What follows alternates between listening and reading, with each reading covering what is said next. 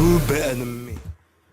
Ladies and gentlemen, welcome back to the channel and welcome back to another watch along with your boy, BaseDaKID. As always, please like and subscribe, share with a friend, colleague, relative, associate, and enemy, any and all in between. It is appreciated. Thank you very much for tuning in and tuning in from early. Um, yeah, we just about to get started. Initially, I was gonna start the watch along on Ben Whitaker and Richard Rivera, but I was very keen, obviously, to watch the Jahata and Yuri Cadena fight. And yeah, if you guys watch Bases Picks, you'll kind of know what my thoughts are on this one. Yeah, very interested to see how it plays out. We tried to make it a little more interesting, so I do have a bet on. And funny enough, based on what I put on Bases Picks, I did a bet for the 4 fights, and I think I put a fiver on it. And if the bet comes through, I think I make £410 off that five. So we'll see.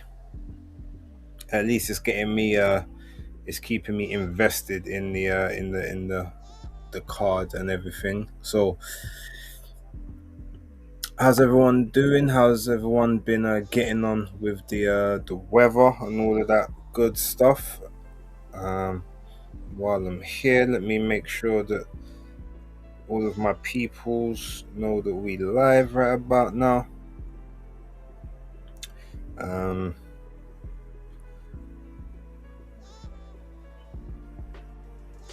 let me share this to. Oops, hold on. The light's gone off.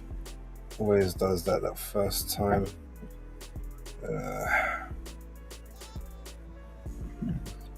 There we go. Make sure you guys see me nice and clearly. Right, so that's there. Also, let me know if you guys want me to do live scoring as well. There are some fights I was gonna score, but not all of them. But I'll score them all if you guys want. So just let me know.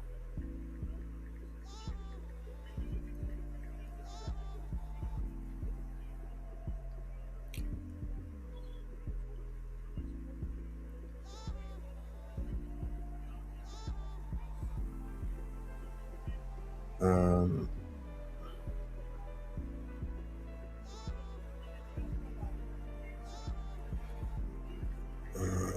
live right now.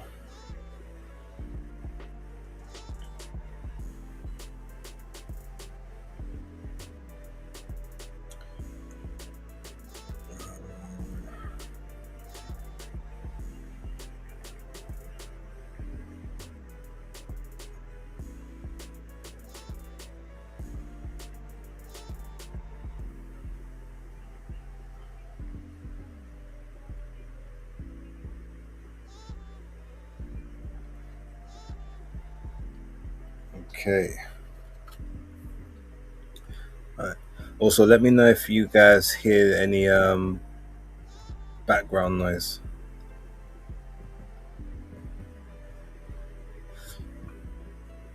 Alright, so first off, big ups to Star Fox in the building. Let's see, based on a night shift again. 20 minutes added to the time of arrival, London transport settings. Feels like it's been a while, but we're here. From Philip Answer, salute to you. Thought you dropped the Akers like Usyk dropped the belt. Only for this one, like it's just to make this one a bit more interesting, you know. Um,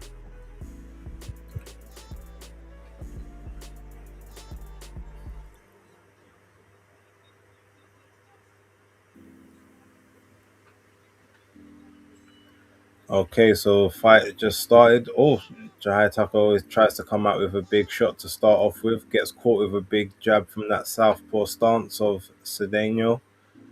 He gets caught with the backhand, but he catches Cedeno with a couple of hard, stiff jabs as well. trying for a couple of big left hooks. Oh, right and the left and the right. Jahai Tucker's trying to come out early. He's trying to really sort of dig in fast here. Oh, big gets caught with a big left hook there by Cedeno. Tucker needs to. Oh, nice 2-1 there by Tucker. He's not trying to. He's not trying to feel his way through this fight at all. They just go in hell for leather from the start of it. This fight, if this fight, well, no matter who wins, like this fight has to go the distance on my score on my accumulator. It could bust the whole thing before it even starts. But Tucker tries to go to the body there. Cedeno does get caught with those straights coming straight through. Like his head is not really moving off the line.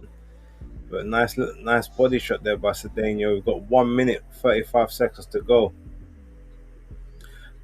Oh, nice little left cross there. Oh, a sort of chopping cross there by Cedeno. By the way, apologies people, because I was supposed to start putting up the counter, the timer. I haven't sorted out the banner yet, but we will get that sorted. But I think both of these guys could end up being dirt tired by the second round because they're both throwing very heavy punches from the start here.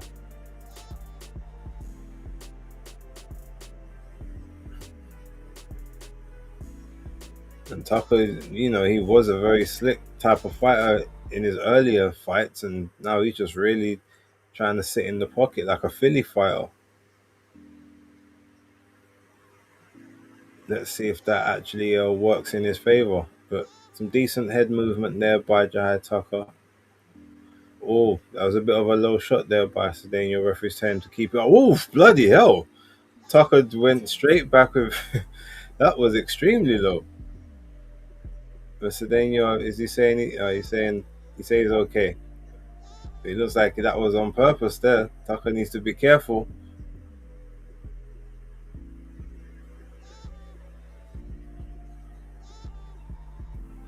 Oh, some nice jabs there by Tucker.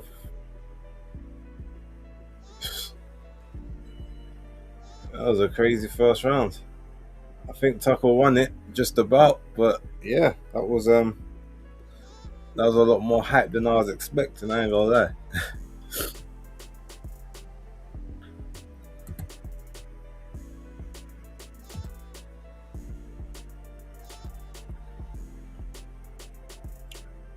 Right, I'm just gonna make sure making sure the people see me on the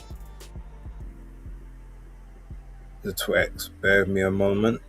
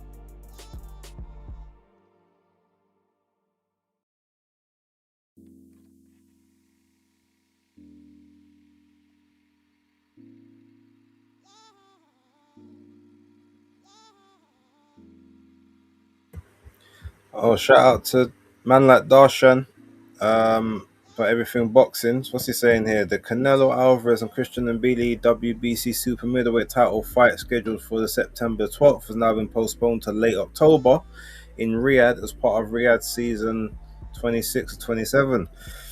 Oh, so I wonder who they're gonna put on that date. Is that for Ryan Garcia and Conor Ben now? Be interesting. Anyway, back to the second round. It looks like Jahai Tucker just got caught there with a nice overhand left by Cedeno. We're at 1 minute and 37 seconds. If you guys want to keep up with me, I will get that banner sorted. It's gonna have to be for the next live now.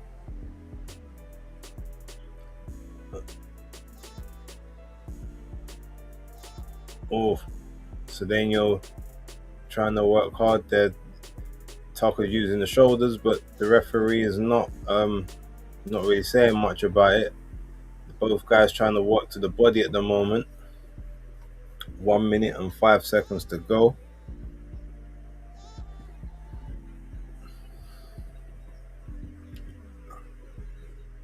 Uh, 55 seconds. Oh, little short uppercut on the inside there by Cedeno. Did catch Tucker. Tucker's sort of just moving around the periphery at the moment. Tries to hold or gets caught with a short left on the inside.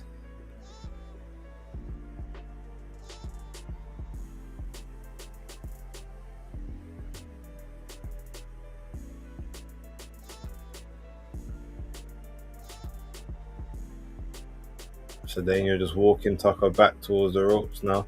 Oh, left hooks there, exchanges, but Cedeno looks like he's got the better chin out of the two. Oh, right over the top there. Nice little short shot by. Oh, Cedeno tried for the wild uppercut swing there. Not sure who won that round though. I missed the first couple. I was sorting something else out, so apologies. But yeah.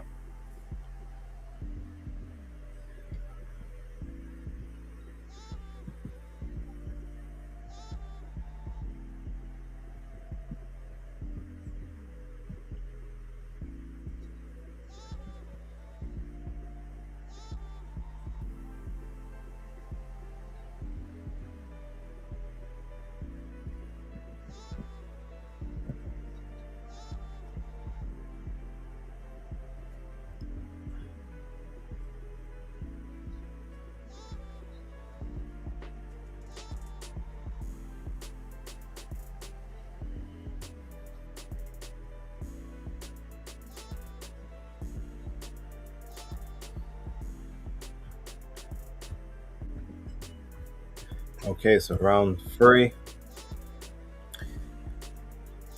Jai Tucker is just trying to work the jab at the moment. Cedeno still staying on the inside. Tucker using those arms and those forearms. Ref might have to talk to him about that, but he's doing well, avoiding the shots on the inside. But I knew he couldn't keep up that pace from the first round, but that was crazy.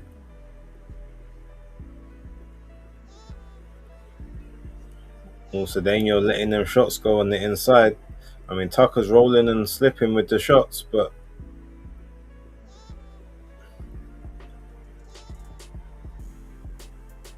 oh, big body shot there by Cedeno. But Tucker with a nice uppercut on the inside tries to pull down the guard with the right hook. This is a nice little phone booth type fight, though. I gotta give it to both guys. They're doing well. Definitely gotta hand it to them.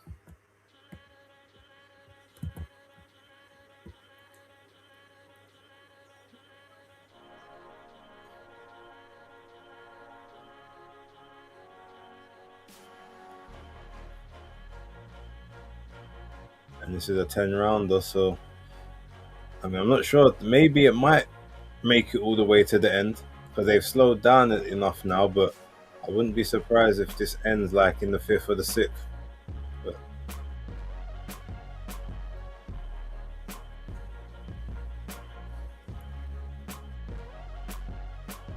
Cedeno goes for that big left hook, but Tucker blocks it. I mean, look, one thing about Jai Tucker, he's got skills. I said I was quite high on him several years ago, and then he let me down like in back-to-back fights, and I kind of lost my faith in him. But that could have been a weight issue because he definitely was at the wrong weight. Ooh, get caught with a big left hook there, but he ate it, and he comes back with a couple of big shots himself. He the nose is starting to go a little bit there.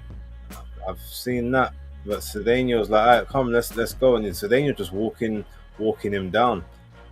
It looks like, almost looks like Tucker is just trying to fight him off rather than actually setting up his own stuff. But Cedeno won't be denied. All tries for that chopping right over the top, like big left. Is it almost like a left hook uppercut cross there? But Cedeno coming back. Tucker's in. He's exchanging with him. Oof. I mean, I think Tucker needs to try and box a move here, because like just standing in the pocket, I think Cedeno's got. I just think he's the more powerful guy.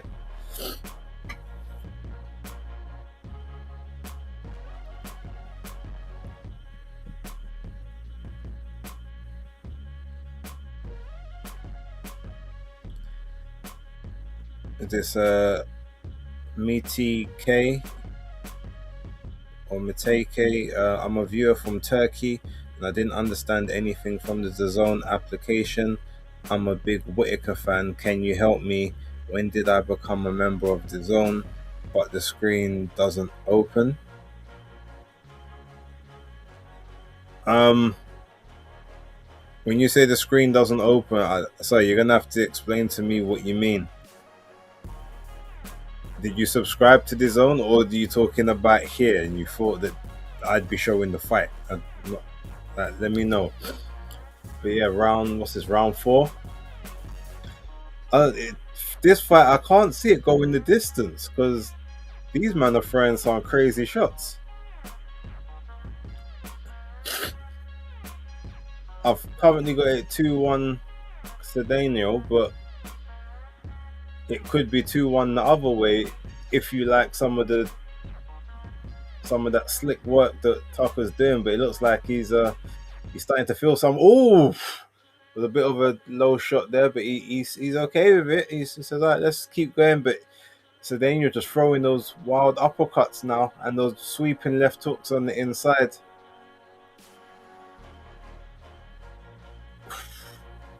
Just some really heavy shots here being landed by Cedeno.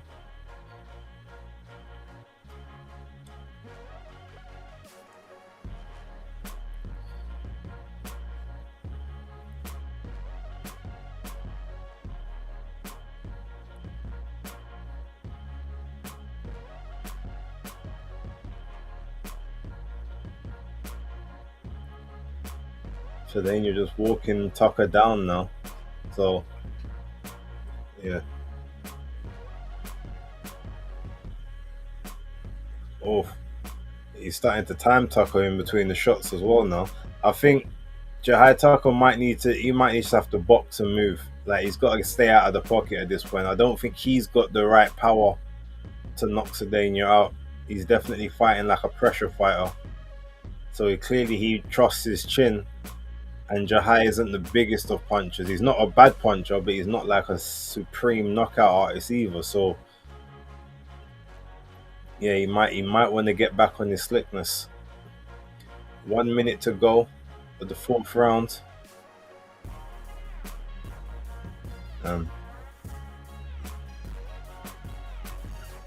Yes, I made a purchase. Okay, so come out of the app and then go back into the app. And then click the join live, and then that should take you straight onto it. But you can only watch the pay-per-view from one application, so make sure that no one else is watching through your DAZN subscription as well. 22 seconds to go, the 4th.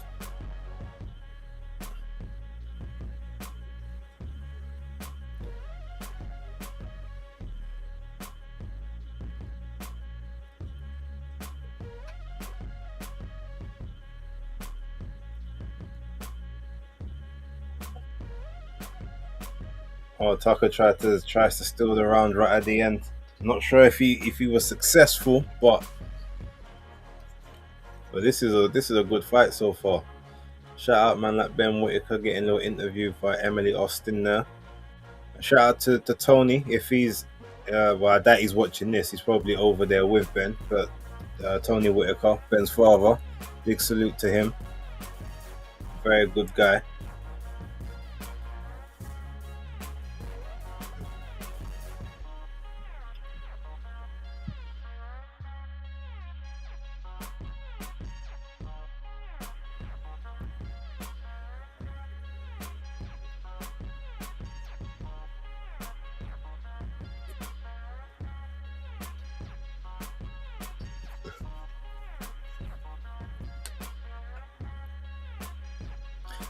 One thing I will give to Jahai Tucker though, he does have a good chin, and he's got a pretty good like slipping and rolling defense. So he's taking a little bit of the edge off of the shots. But he started round 5 the way I think he's just got a pot shot. I think at this point, stay out of the pocket.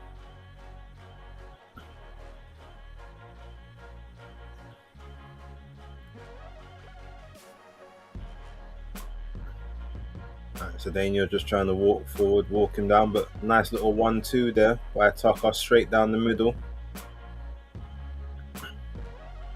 Oh, nice little left hand there by Cedeno, but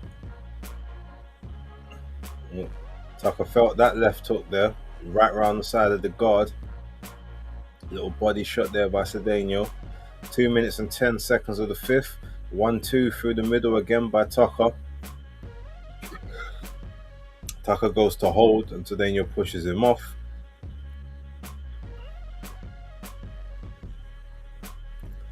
Funny, Cedeno nice little straight shot on the inside there by Tucker as he leapt in. I was about to say, Cedeno reminds me a lot of Subriel Matias. If you look at his face, the way he fights, the structure, a lot more put together, like technically, but the style just looks very Subriel Matias-ish.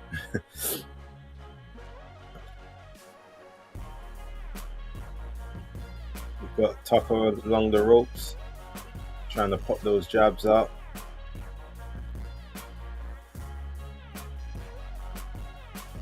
Tucker tries to hold on the ropes again, just misses a big left hook there to Cedeno over the top, but pushing Tucker back, tries that Golovkin punch again. Oh, Tucker slipping and sliding with his hands down. He's got to be careful though, but the head movement's on point. 1 minute to go for the 5th. But he's along the ropes. He needs to be careful because the judges might think he's being put there, and that could sway them. He was just complaining about a bit of a low shot there to the ref, telling him just to watch those shots. Nice little shot to the rib cage by Tucker, and another one on the opposite side. 35 seconds to go, the 5th.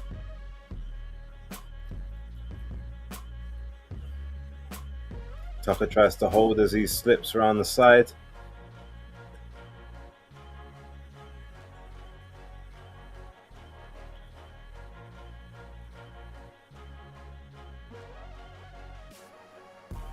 Cedeno gets popped with 2 jabs. Tucker fighting with the arms down. Got to be very careful there. Trying to go through the middle of the guard for Cedeno. But this is definitely a Tucker round. So it's 3-2 either way now, depending on how you got it. And I've currently, alright, so it looks like we've got 80 people watching so far. 4 of them it looks like is through the actual YouTube, and about 77 is through the Twitter. So appreciate you guys. Make sure that you move over to the Twitter, from the Twitter, over to the YouTube. Help me out greatly. Appreciate you all.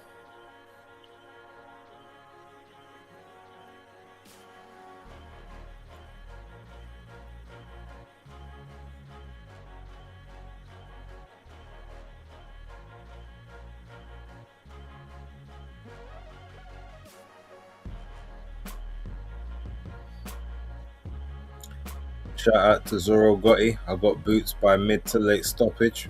Alright. Solid bet. Shout out to you. Alright, what we're round 6? Okay, so this fight might actually go the distance then.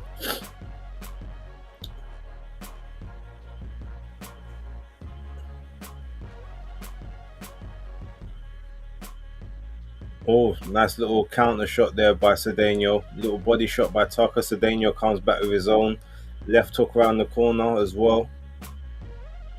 This is a really well constructed fight. I'm enjoying this one so far. Jab there by Cedeno.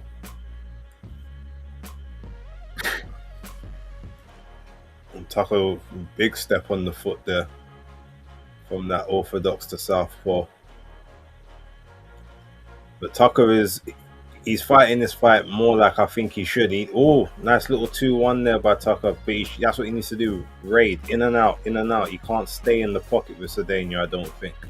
Not like he tried to do in those first couple rounds.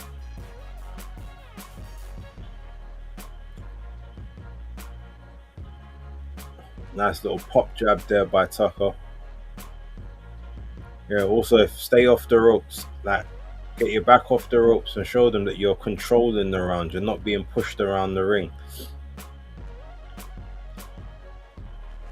But big shot on the inside there by Cedeno. And Tucker gets him to the ropes now. Tries to work away with a chin down.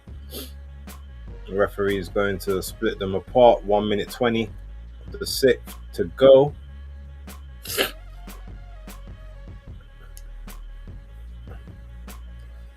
Okay, nice 1-2-1 there by Tucker.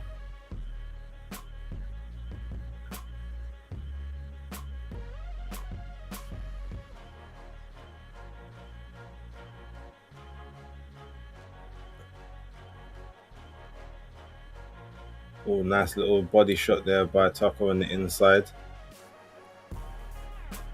Okay, so Cedeno's starting to move away from the high guard a little bit now. He's actually starting to drop the hands a bit. That might be interesting.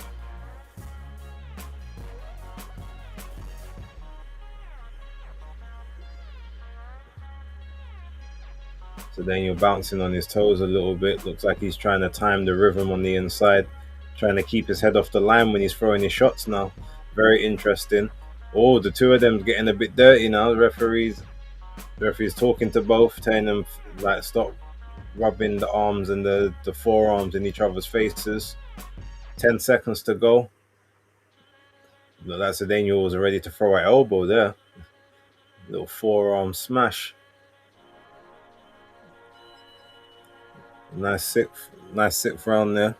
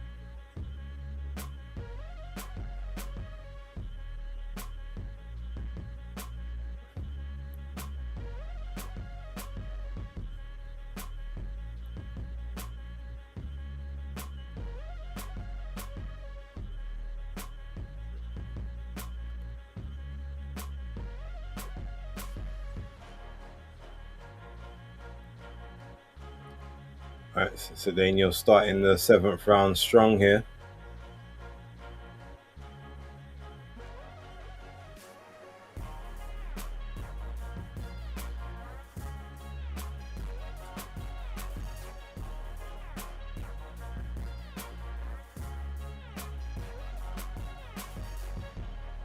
See, Cedeno needs Tucker to just stay in front of him. And Tucker's doing a lot better with the hitting and moving now, not just staying in the pocket.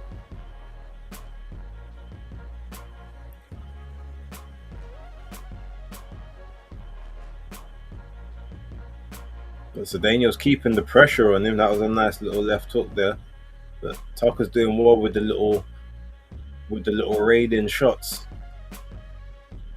Cedeno's trying to inch his way forward. 1 minute 50 to go. Little body shot on the inside there by Cedeno. Just trying to walk Tucker down. The referee splits them. Yeah, 1 minute 40 to go.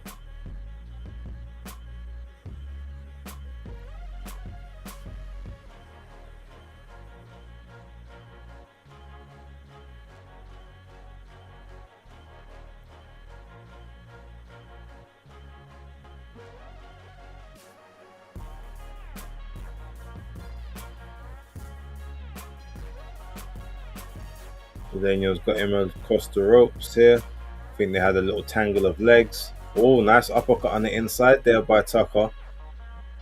Gets caught with a left hook. He tries for another couple of uppercuts on the inside. Does Jahai Tucker?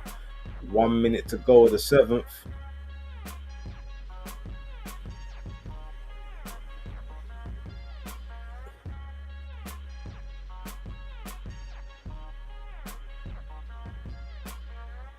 45 seconds to go. Tucker's definitely controlling this round here.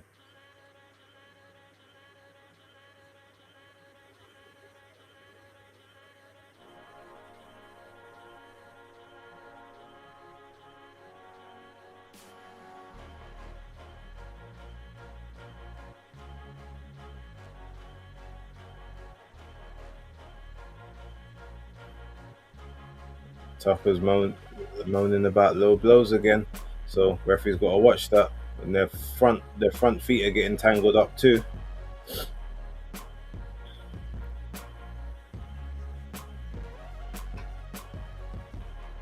I mean, to be honest, I'd give Cedeno this round, to be fair, but I'm not sure. Personally, if I was judging it, I feel like that it's a 4-3 to Tucker at the minute, but I can't be 100% sure.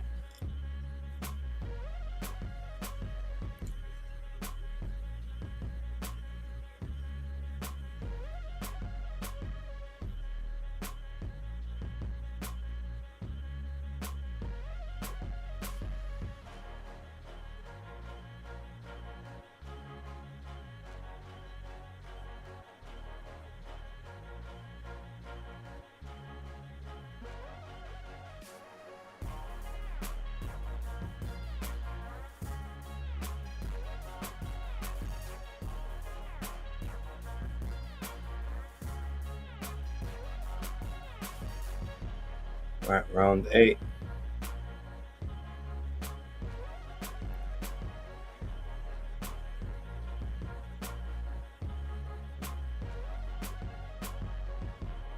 Two minutes and 45 seconds. Tucker started the round well. That boxing and moving is definitely working to the plan right here.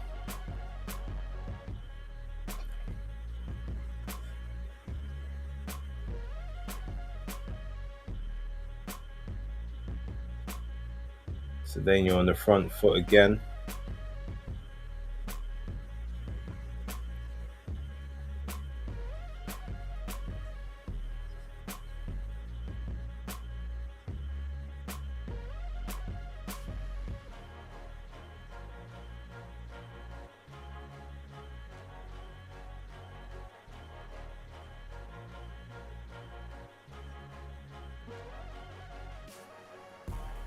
But Cedeno's got to stop with the high guard though, because nice little pop jab there by Cedeno, but Tucker comes back with a little 2-1-2.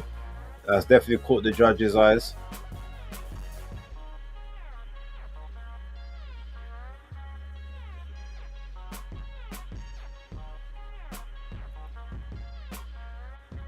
The problem with that high guard for Cedeno, anytime that Jahai touches it, Tucker touches the jab, even if he's on the gloves, the judges might count it as a scoring shot.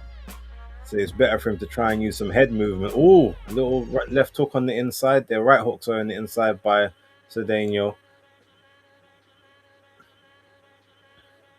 Still walking Tucker down, but Tucker moving around on the back foot, popping that jab out.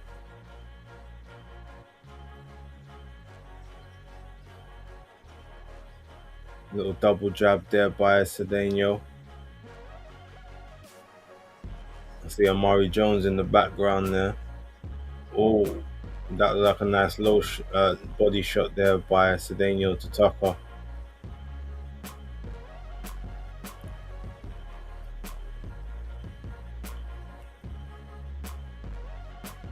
Nice body shot there by Tucker.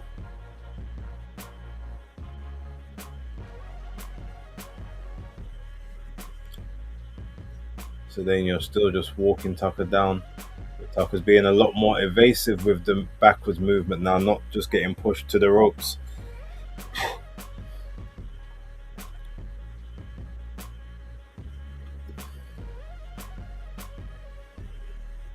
Nice body shot there by Cedeno. And a jab up top.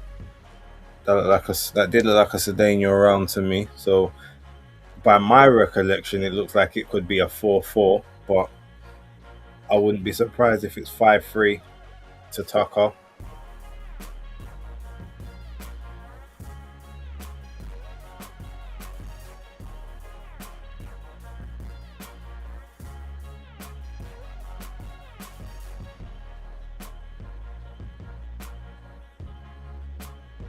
So apparently the corner are telling him to forget about the hooks. He needs to start throwing straights instead. It looks like he's got a little tiny cut coming up underneath his left eye. Not a massive one, but it's there.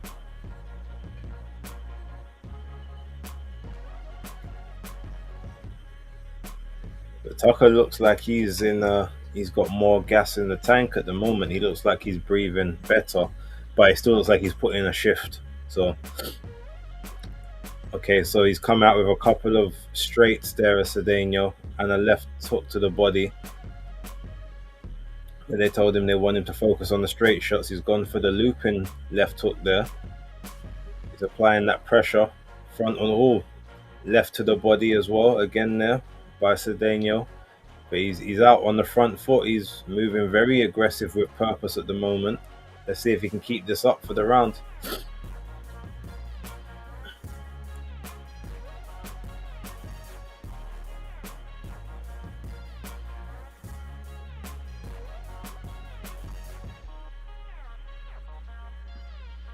Oh, nice body shot there by Cedeno.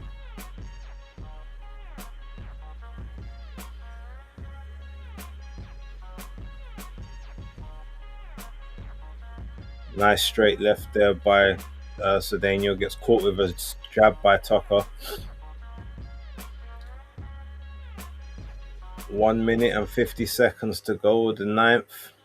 Straight left by Cedeno again, followed by a jab. Oh, tries for the big swinging left hook there. Tries to the body. Jab up top there by Cedeno. Tucker looks like he's trying to take this round off a little bit. Couple jabs up top, but he hasn't really let his hands go much here. Another sweeping right by Cedeno and a left to the body. It's like in the pit of the stomach. Cedeno's definitely letting those shots go. 1 minute 10 seconds to go. Oh, big left there by Cedeno, but Tucker comes back with a 2-1.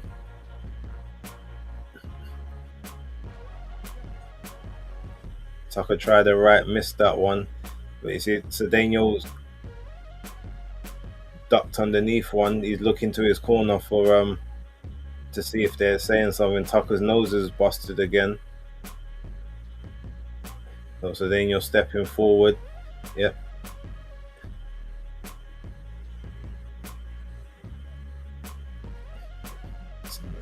Couple shots on the inside there by Tucker. Cedeno's trying to get his own shots off on the inside as well. But Tucker's got the shorter reach, so on the inside it works in his advantage. Couple big body shots there by Tucker as he pushes Cedeno to the ropes. 13 seconds to go.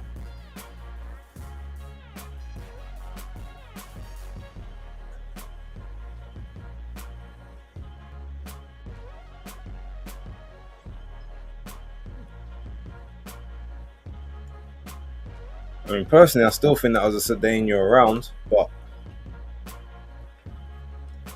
Tucker did a little bit of work in like the last 30 seconds, but Daniel won the rest of it, in my opinion.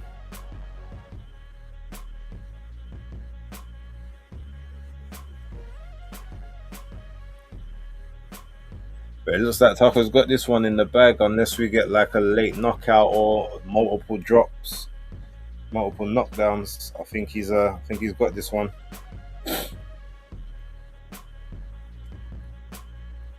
Tucker's already out to the center, and yeah.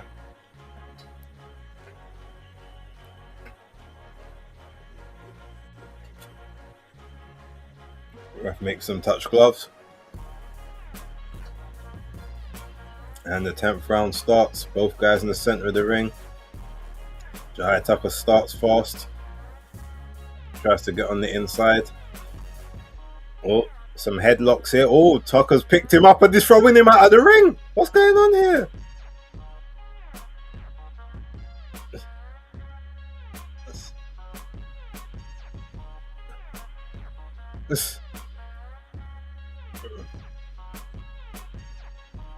Tucker is very lucky he didn't complete that movement, boy.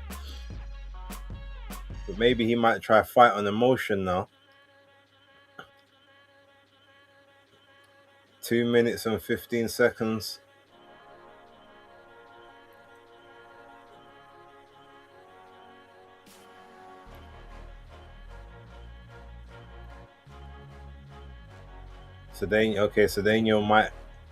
Daniel's bouncing. I feel like he probably feels he's in his head a bit here, so he's letting the jab go.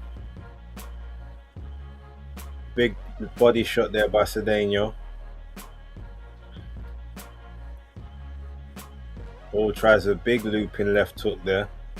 He's got Tucker just on the back foot. Tucker's not really doing much at the moment. I mean, the shots aren't really landing from Cedeno too tough, but he's the one being busy. Another big body shot there by Cedeno. Tucker tries to move in behind the guards, but it catches him with a nice little 2-1. Misses the uppercut. Tucker's eye is getting a little mouse over the left eye. Also, Cedeno just missed that left hook as Tucker was barreling forward. Nice little short uppercut there by Tucker.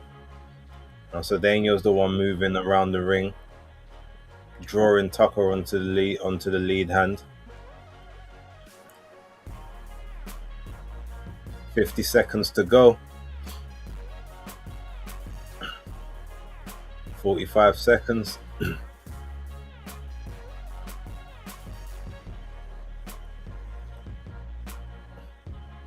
That referee splits them with 35 seconds to go.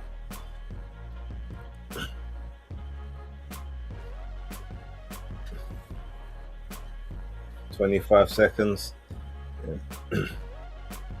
Okay, nice little exchange of punches there by both guys. Funny enough, Cedeno's moving like David Moreau all of a sudden. He went from Matias to Moreau. 10 seconds to go. A couple shots on the inside there by Tucker right at the end of the round.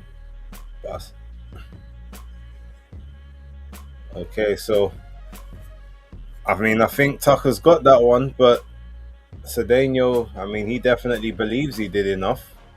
Or he believes that going the distance was the victory. I don't know how they see it, but this is going to be interesting on the scorecards, because I could see it being a draw, but I could also see it being like 7-3 Tucker.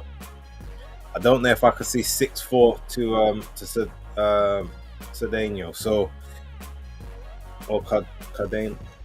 Yeah. So this would be interesting.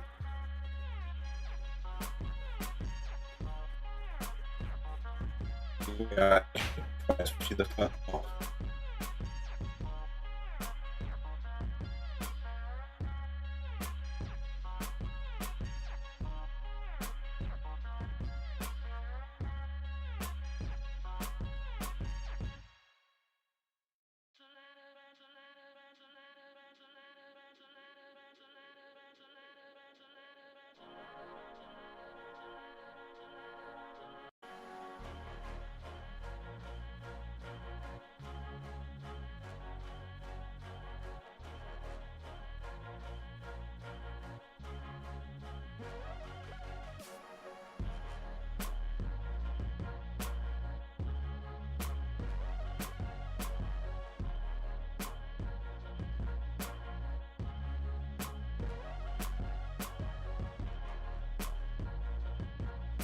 Like I said, I predicted the fight by a decision.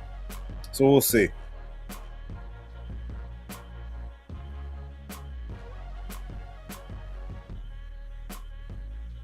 This should be interesting. I think it'll be a split decision.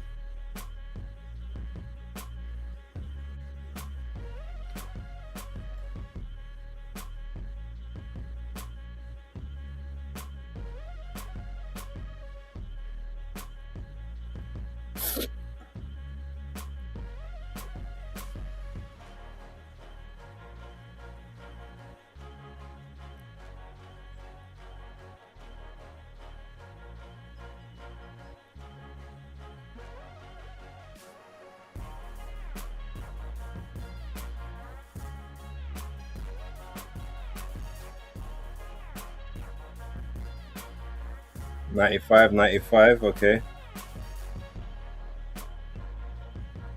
'97, '93, '98, '92.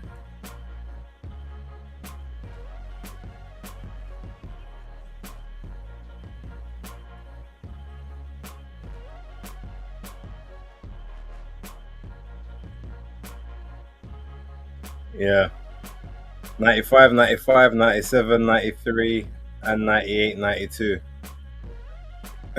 And Yuri Cedeno can't believe it.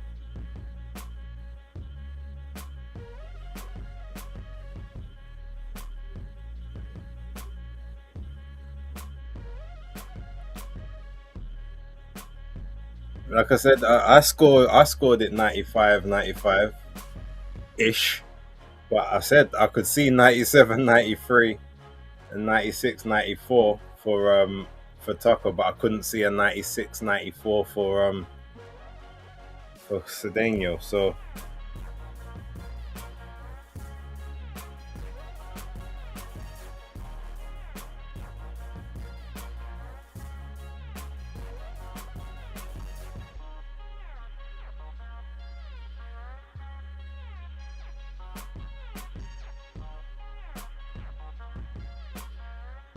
all right.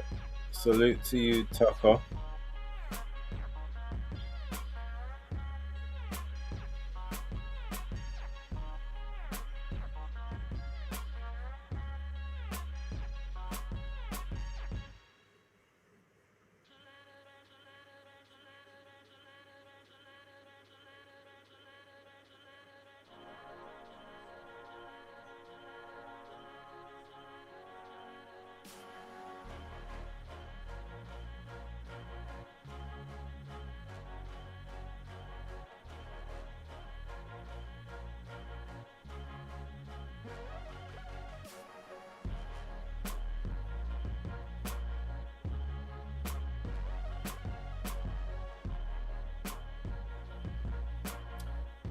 Shout out, man, like Skyline, the editor. So big up Base for running his watch on. Oh, yeah, I couldn't not do this one of all the watch alongs. This one I had to find some energy from somewhere.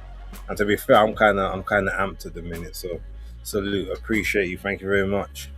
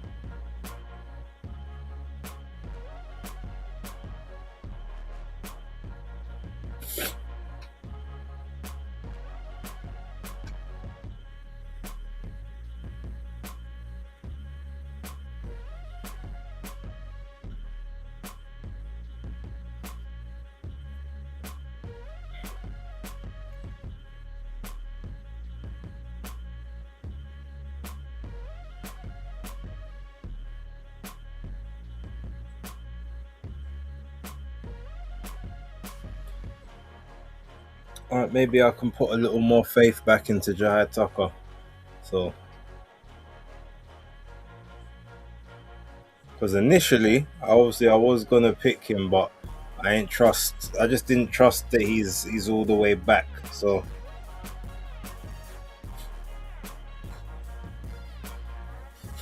but congrats to him.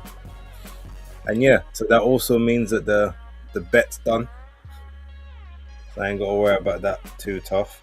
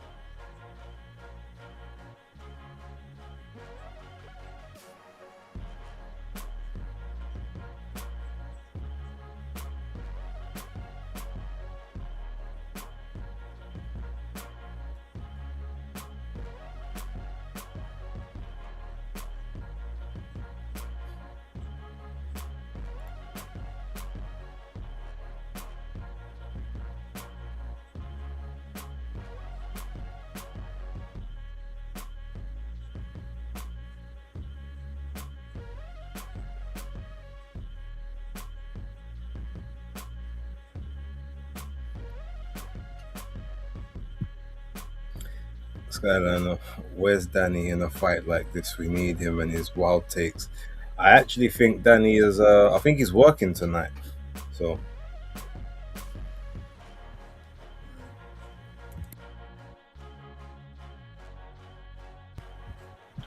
big up man like Veritas, Ad Astra as well in the building. Salute to you.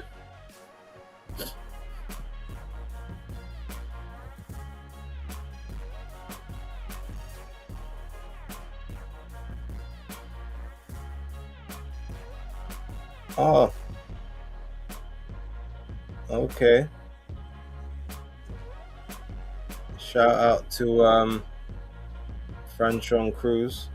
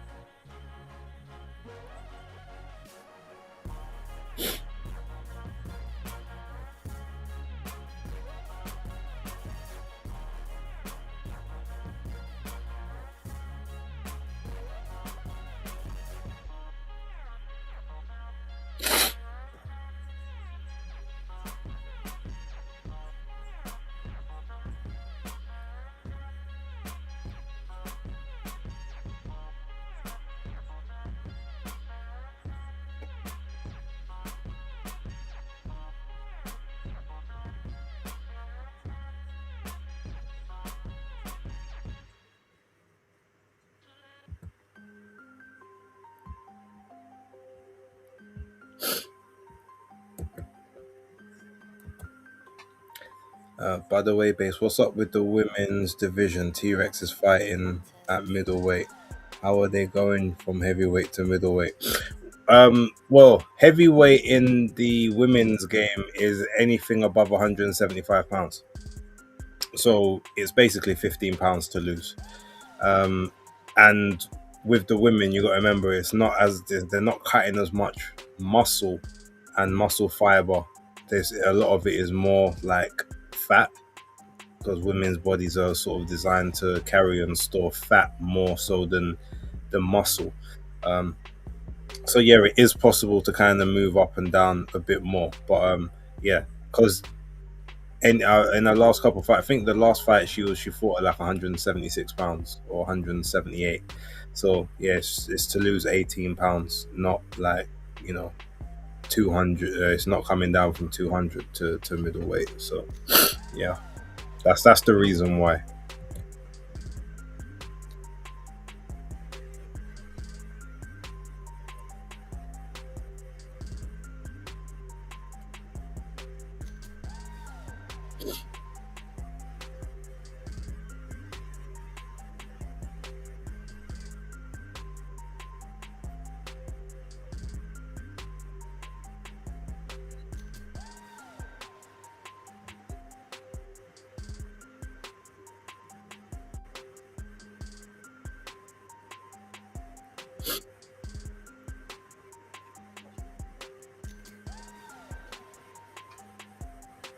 Right, bear with me 1 second, peeps.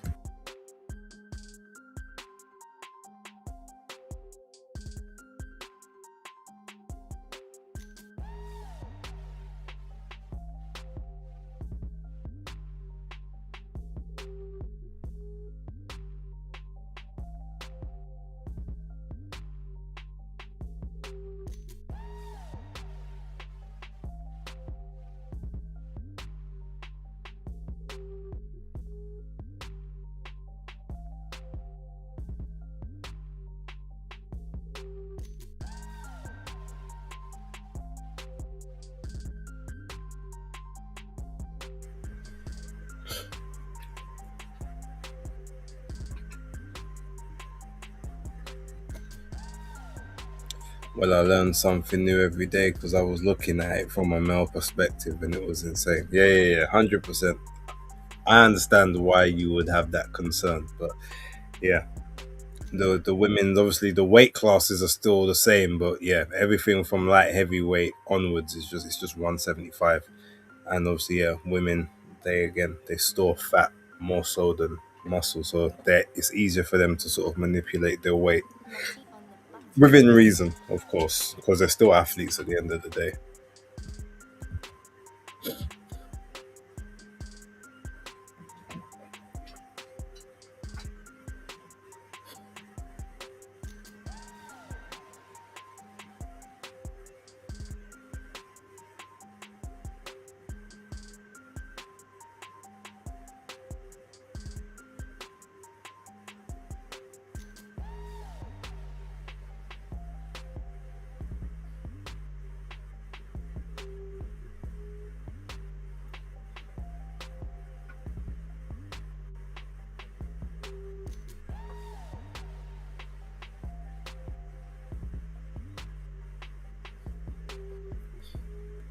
All right, shout out to everyone who is still locked in. Uh, Quite a few by the looks of things. Um, a lot of people on the old Twitter, so I appreciate you guys for being there.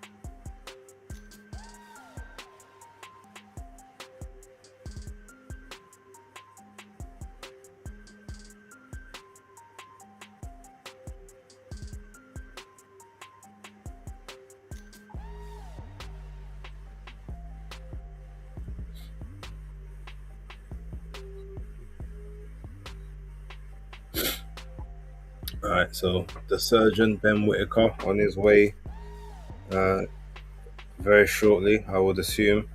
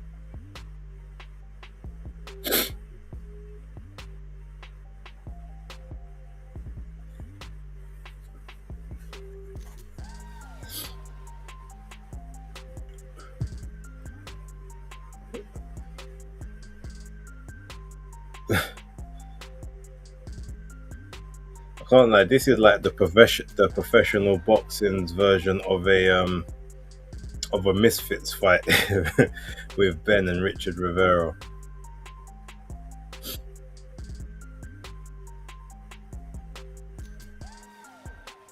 Zoro Gotti says Clarissa has no one left to fight. It's sad she's getting heat for fighting a 42-year-old with 7 pro bouts, a great amateur background, and world titles. She's getting heat because, I mean, you can't make the claim that she makes when you haven't got the competition to fight. The thing is, Kay Scott ain't that bad, but ultimately, she lost to Desley Robinson, who's nothing special, and got a draw with her. Now Desley's got the other middleweight titles, but yeah, then neither woman is that good if we're just gonna keep it a buck. So yeah, look, unfortunately, Clarissa doesn't have a resume to back up what she claims she is. But that being said, she's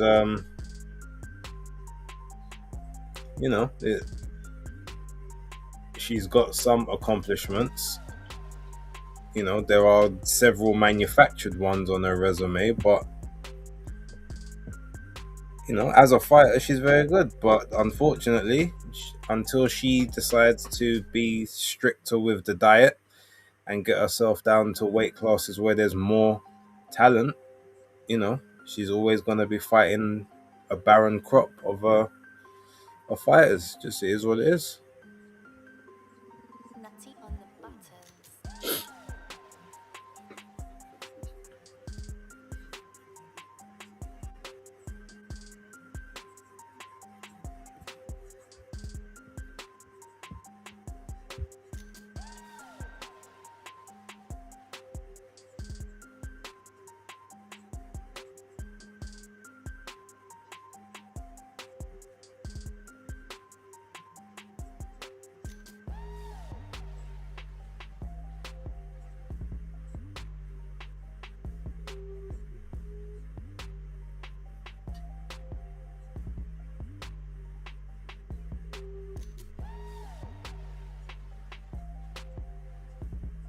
Well, it's not 27 fights, it's 27 wins. You've got 29 fights there, Malik. Come on.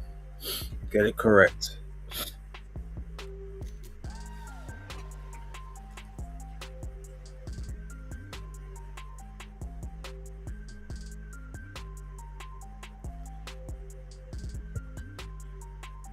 Oh, so the bots are coming in, so I must be getting popular. Let's get these out of the way.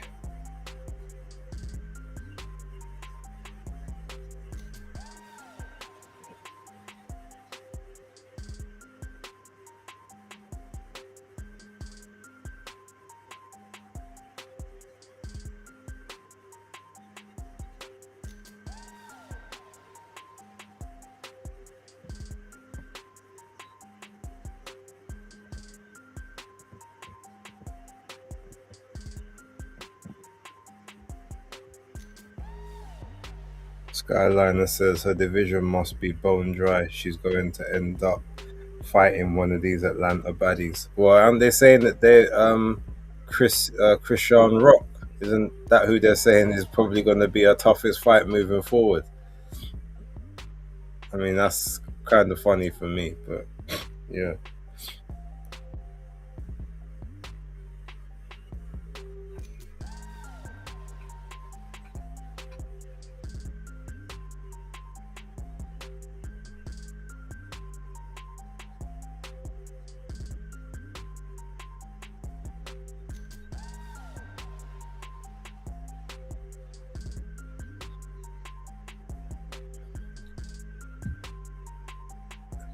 True, she's getting the achievements, but she has no one left to fight.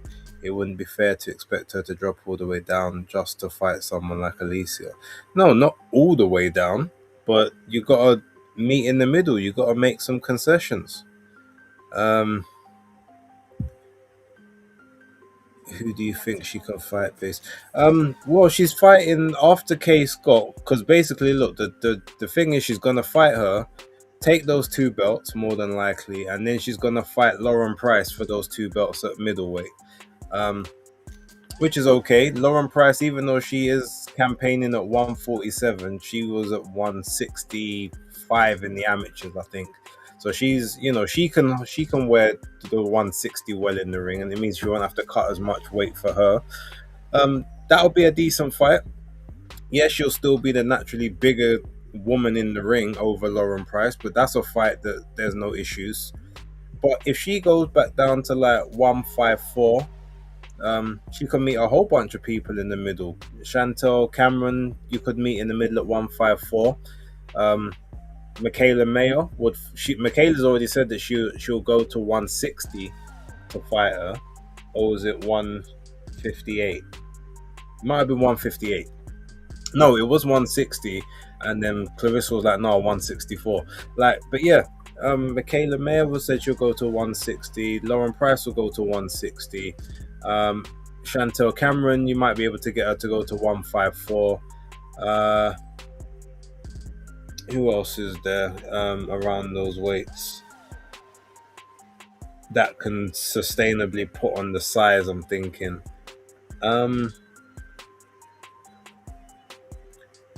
Maybe Terry Harper. One at a catch weight, maybe 150, because she's obviously a much smaller girl. Yeah, like these are fights.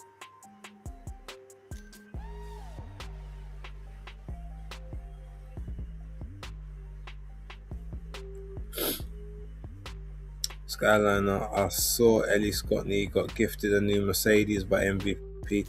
Yeah, because she didn't have a car before, and I'm not 100% sure, but I'm pretty sure she hasn't passed her driving test. Or maybe she has passed it, but she didn't have enough to get a car that she wanted. Because she was still taking the bus and the trains to get to the gym. Like, she has to take like a train and two buses from Catford to where is it? It's I think it's in Leighton. Her gym, obviously the McGuigan gym. I think it's Leighton. So yeah, I don't think she's got a license, but maybe her brother might be the one driving the car for her or driving her around. I'll double check the next time I see her. But it's a nice car.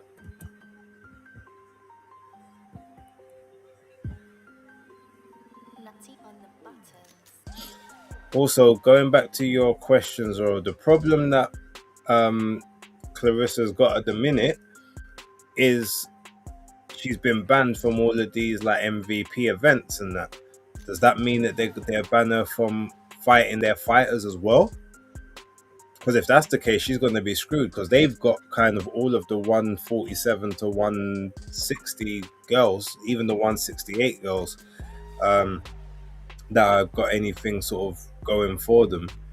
So yeah, a fight I would really have liked to seen Clarissa have, not right now, but I guess if she wins the other titles from Desley Robinson, is Tam Tebow. That's a woman that I definitely think could give Clarissa fits.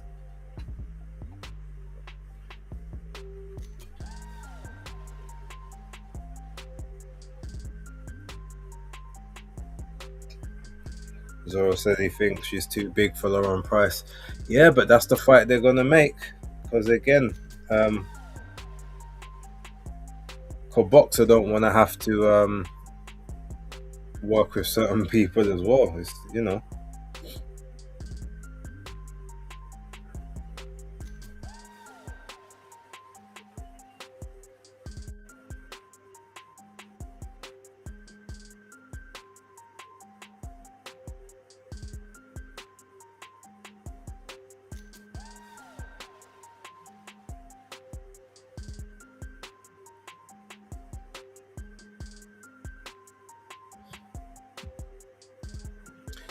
Shields turned down MVP. They could have promoted her so much better.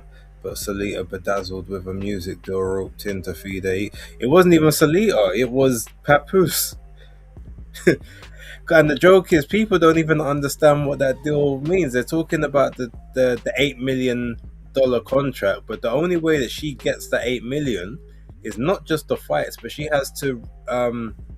It's based also on a certain amount of record sales and recouping costs from like videos and basically like a 360 deal in the old music industry tied into the boxing.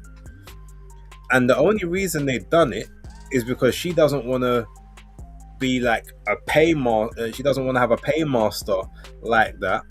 And the whole plan was to say, well, look, I've got this deal where I get paid 2 million a fight. So if you want me to fight on MVP, you got to pay me at least 2 million for me to go over to you, because that's what I'm already making now. It's backfired because nobody don't believe that that's the case. Nobody don't believe that she's going to get paid $2 million to fight K Scott in Atlanta.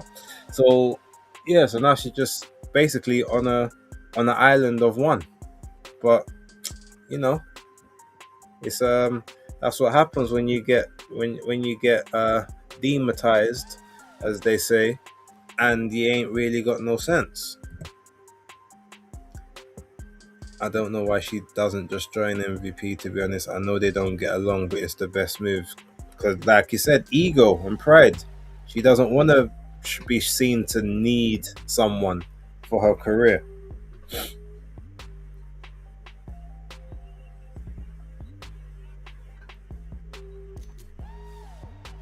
All right, so Whitaker versus Rivera started Ben Whitaker straight to the center of the ring.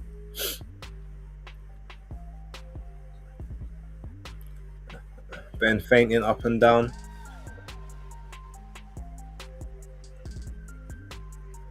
Goes for a jab to the body there, does Whitaker. Rivera looks like he's got a bit of disdain on his face for Whitaker there. Ben Whitaker inching forward, tries for a little stab to the body, little uppercut on it to the body as well. Oh, nice little body shot up top there. Whitaker stab to the body, and Rivera's missed the return. Whitaker, nice jab. See, Rivera ain't got the same reach, so it's going to be hard for him to jab with Ben. He's got to work off the jab. Nice, another stab to the body there by Ben Whitaker, and another stab up top. He's styling the profile a little bit, is Ben already.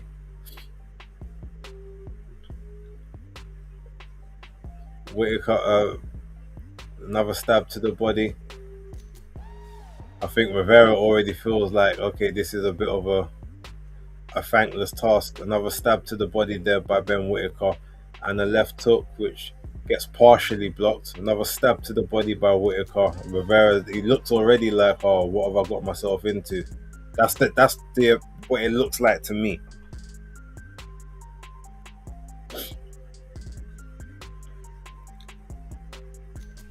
Rivera just not quick enough. He needs to pop a double jab if he wants to try and get on the inside here.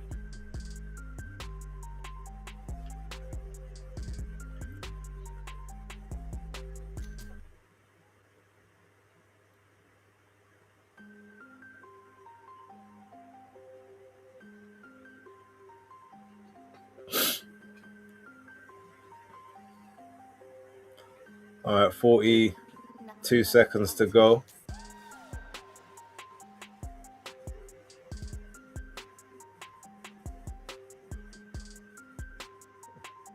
But Rivera just can't really, he can't land anything at this point.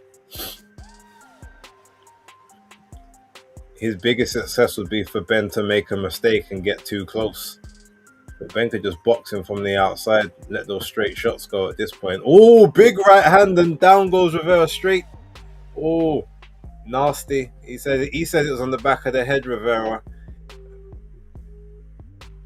But he's okay, but he's upset. He's vexed, but he says it hit. He said it was at the back of the head. But that's the end of the first round. He's frustrated, and Ben's dancing on his way back to his corner. It was a nasty shot.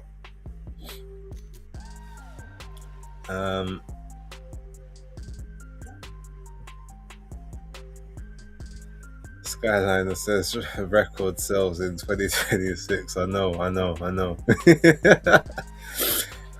Zoro says, I never understood how she gets 8 million when she has no opponents and not a top seller. Yeah, that's why it's tied into the record sales or the streams as well as the fights, but they got to do certain performances to get that money. But again, they just, all they talk about is this $8 million deal. They don't tell you how the deal's structured. I would love to know what the political maneuvering has been like for Caballero to be elevated to WBC champ. That's because he was the interim minute, so it's not even really that political. Round 2, but Rivera is he's trying to come out on the front foot a bit more. Oh, and he gets caught with a left hook straight down. He's up again, but he's on wobbly legs this time. Should have stayed 7, 8. He's asking if he's okay. He said he's okay. He's put his gloves up. The referee's waved it off after the second round. Richard Rivera was like, "Why? Like, I'm okay, but yeah." And Ben Whitaker's throwing his gum shield out to the crowd, and he's I mean, look, to be fair, I ain't gonna lie, it was a bit of a pointless fight because Rivera ain't been in the ring for a year and a half. 35 years old. The biggest the biggest talk was the fact, obviously, is he fought Badu Jack like 4 or 5 years ago. But yeah, outside of that, right, so they got to get him a proper opponent in his next fight, someone that's actually been fighting. So we'll see.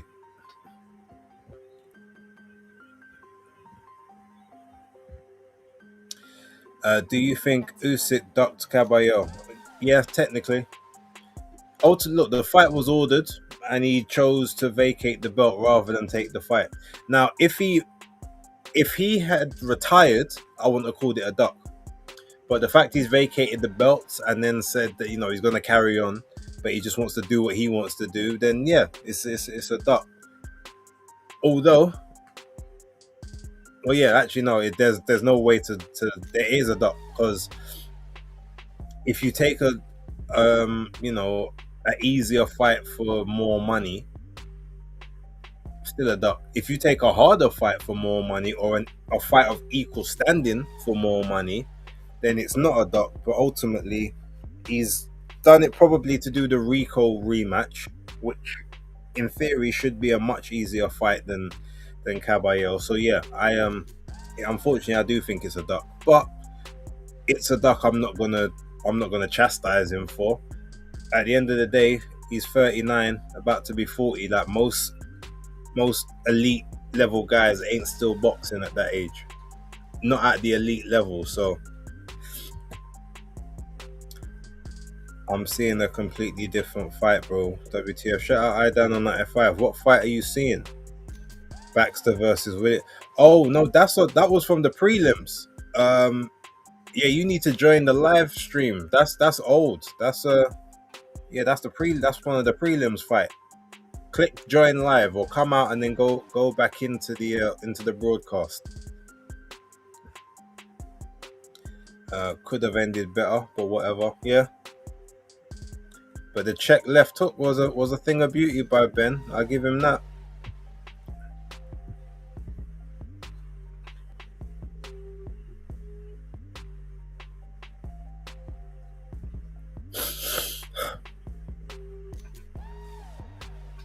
Yeah, we're coming up to the chief support fight now.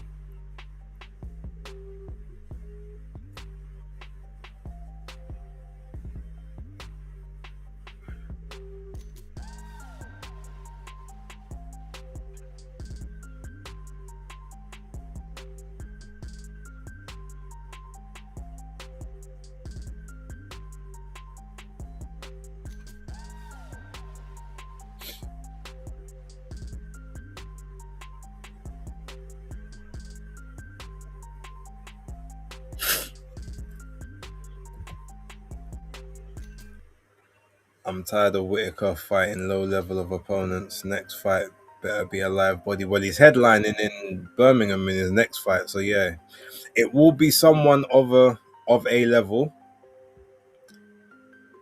A lot of people are calling for the Zach Chelly fight, as obviously they had a bit of an amateur thing going off. So yeah, should have fought Khalil or something. Yeah, but I don't even know if Khalil will get another opportunity with Matchroom though. Like he's effed up one too many times, which is a shame because he was one of my favorite guys that they signed. I knew about him before they got his signature initially, so I was really excited for that signing. But he just ain't got no discipline. Ty Mitchell been calling him out. I mean, that might be it's a Midlands rivalry type thing, so possibly it could work. But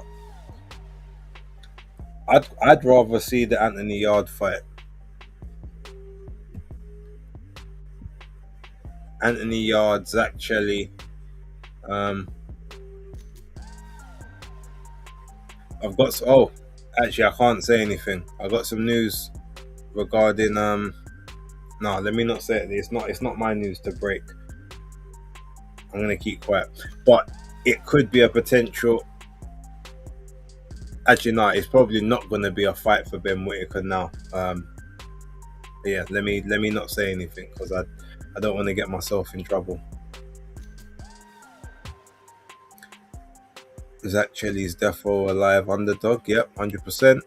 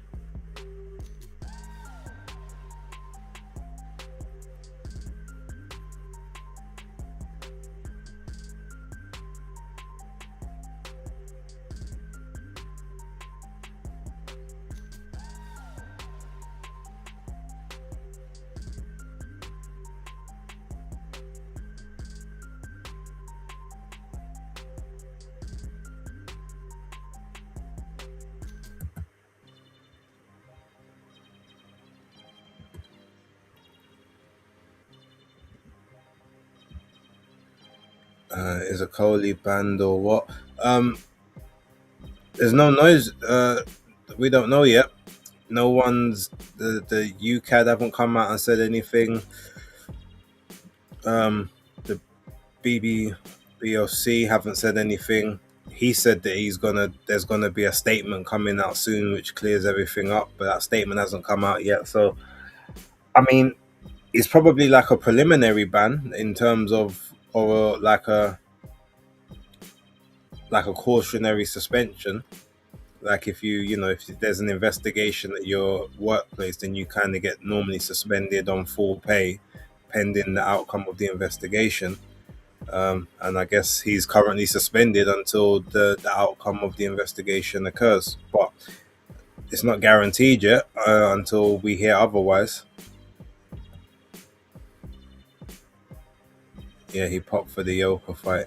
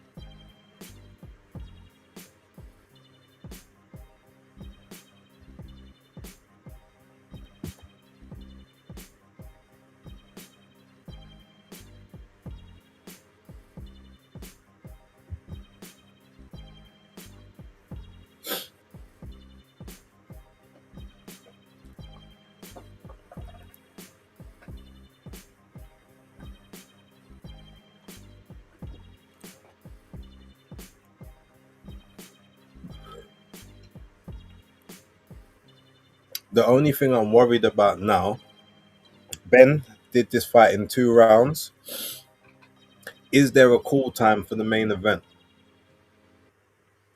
Like, how long will it take for us to get the chief support?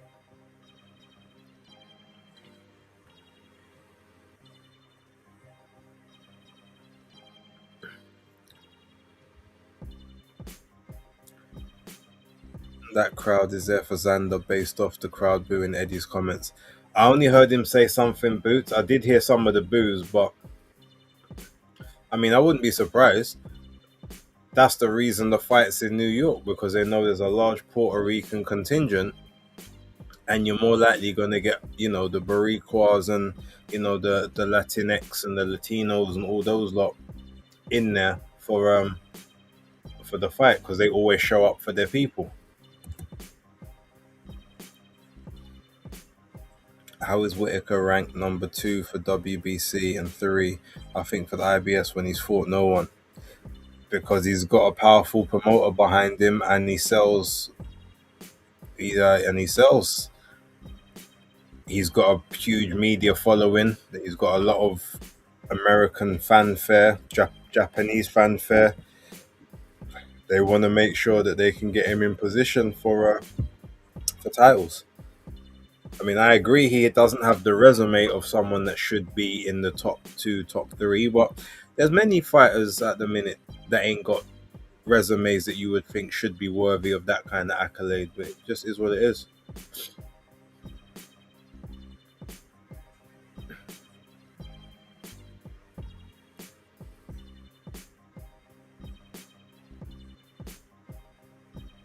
Ben and his brother.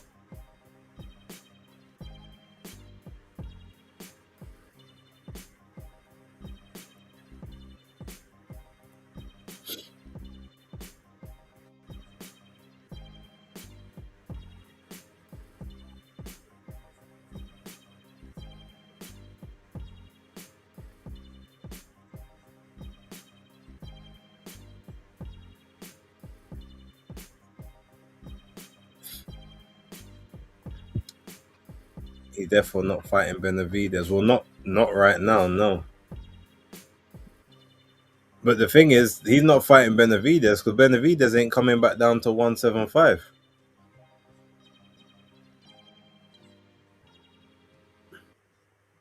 I don't think Ben's is gonna. The thing is, at one point I heard he was very very tight making light heavyweight, but I think he's got it. He's got it back to the right style now. But I don't think he'll be able to.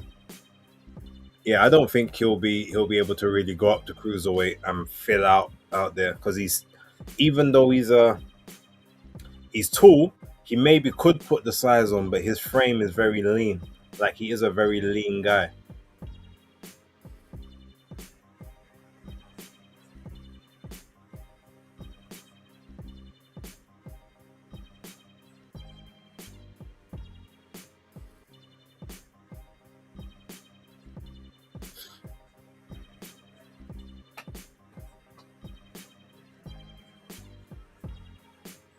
Man like Matty Lawler, shout out to Matty.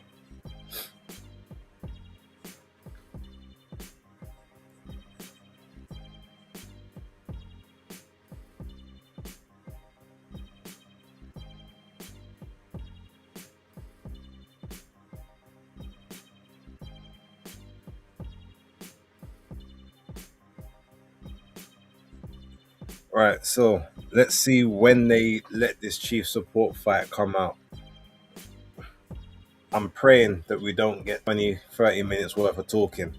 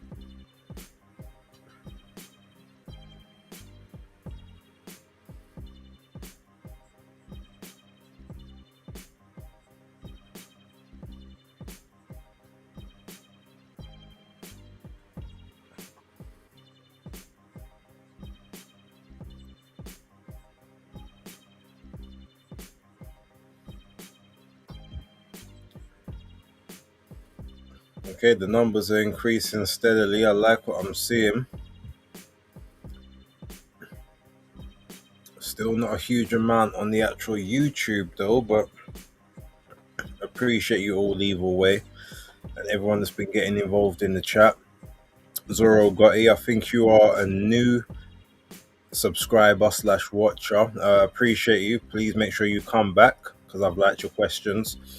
If you're not subscribed, please subscribe. Dano95, a regular on the channel. Salute to you. MVPs, man like Philip Answer, one of the biggest channel MVPs. Skyliner, the editor. Starliner, the entertainer as well. I mean Skyliner, the entertainer. Sorry, the editor.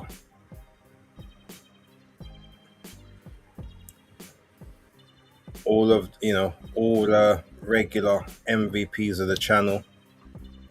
I'm surprised that I haven't seen Miss Zandy X. I'm surprised she's not around. Queen of the channel, Yasmin Malik is not about today. Emma Willis, salute to you. I'm sure you'll pop up on one of the comments section later.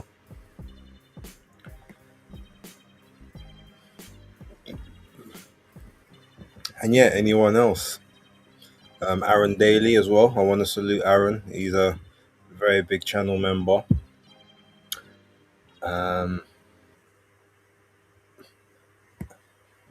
Man like a done for. Salute to you.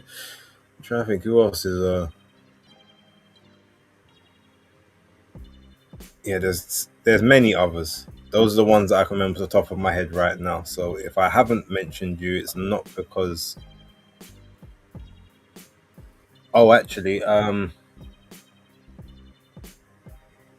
on.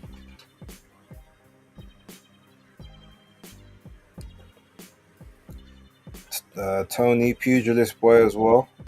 One of the main guys on the channel.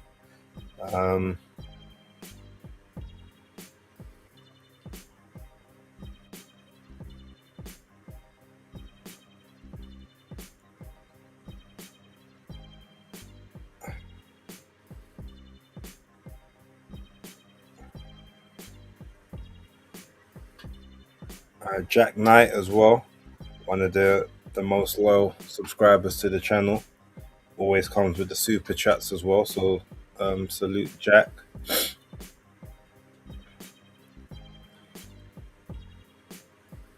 SWJ as well. He's another big channel supporter. Always leaves comments on the videos for the algorithm and always has very good insight.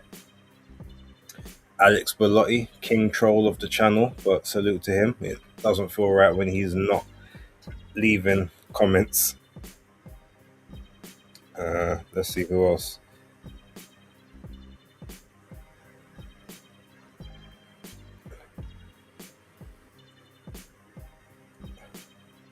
Another new guy, BDF Energy, came on the other day.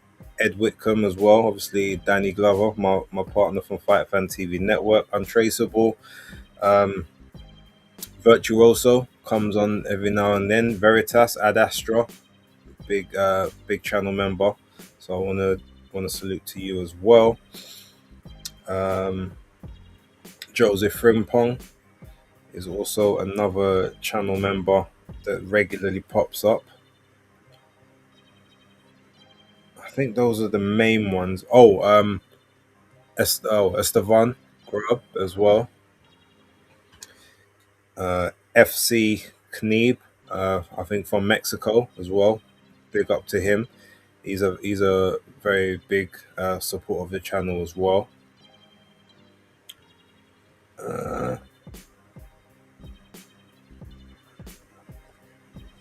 I think those are all the main ones. Again, anyone I've not mentioned, make sure that you leave in the comments and I'll make sure that you get a shout out in the next one.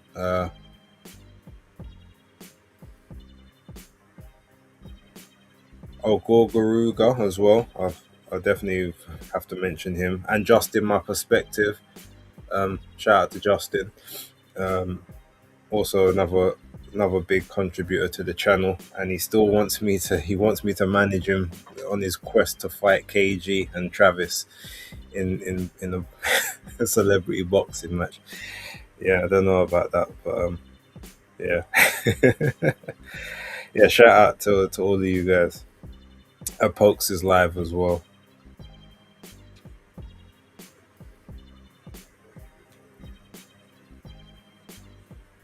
Golden Mike, Iffy,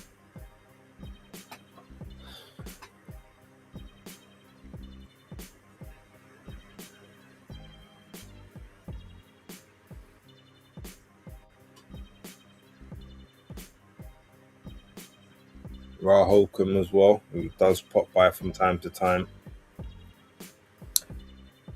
Alexander Wilson is definitely give a shout out to Alexander as well,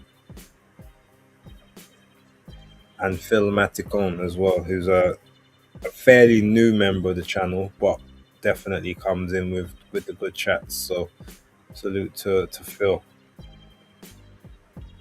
Um, oh, Isabel as well, new lady to the channel. She pops by from time to time. Toby Bartlett, big channel supporter. Can't forget Toby. Salute to you.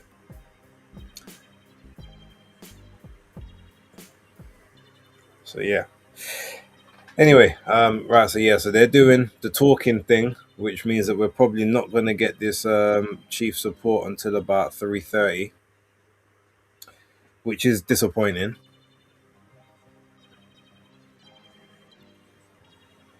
Virgil Ortiz finalizing deal to return to Golden Boy. Yeah, well, base. What makes this Albert Bell better than Cordina? Because I see a lot of praise for this choice. Well, Albert Bell was gonna fight Andy Cruz the week after in a final eliminator for the IBF title. So now he's gone straight from the that final eliminator to fighting for, and it's the WBO. I think they're fighting for at 135. So Albert Bell, obviously very well schooled. He's got 29 fights. I think he's only got, or is it 20? Yeah, 20. I think it's 29 fights, only 9 knockouts or something. Or so basically, he's tall. He's like 6 foot. So you don't often get a lot of 6 foot, 135 pounders. So he's like much taller than Abdullah Mason. He's got a good work rate. He's got very good fundamentals. He's got a good fluid style. He's not a big puncher, but basically you know that he can go the distance. Like he knows how to fight 12 round fights, and that's gonna be one of the key things. Is that he's got an engine, whereas Abdullah's only done the 12 round distance once. So that's kind of where the intrigue is. Plus, obviously, again, he's much taller, much rangier, so he can, if he wants to, keep it on the outside a lot more. Abdullah's got to work harder to get into range and to stay there. That's basically why it would be a better fight. He's probably a bit more, even though obviously Cordina's been a world champion, he's probably like a bit more accomplished at 135 than Cordina. And he just poses different problems. And at short notice, like you ain't been preparing for a 6 foot guy. You've been preparing for someone that's like 5'6", 5'7". So yeah, it's interesting. I have yet to see one exciting fight of Andy Cruz. Oh, I don't know about that, Sky. Come on, that's I disagree with that. I mean, obviously that's your opinion, fair enough, but I disagree. I think at least four of his fights have been exciting. At least four of them, including the Murataya one.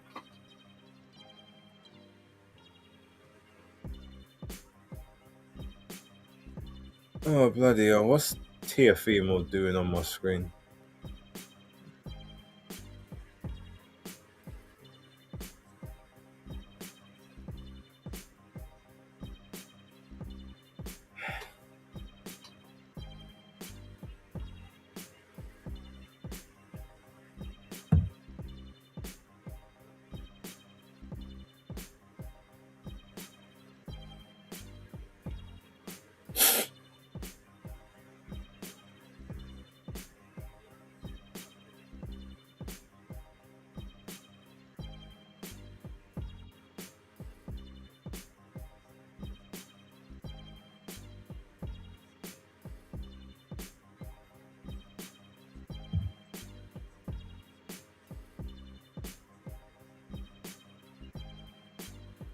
Alright, peeps, bear me 1 second. I just gotta take care of a little thing very, very quick, but I'll be back in less than 5.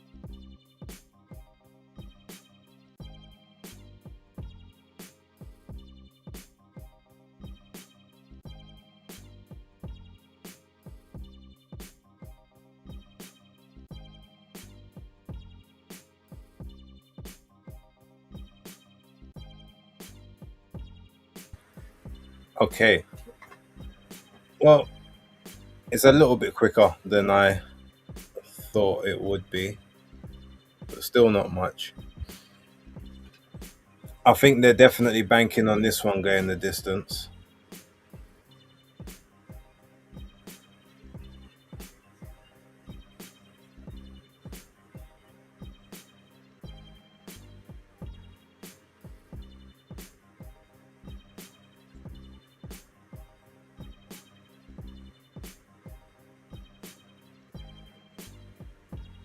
I mean, knocking out Aaron Aponte was a decent shout, so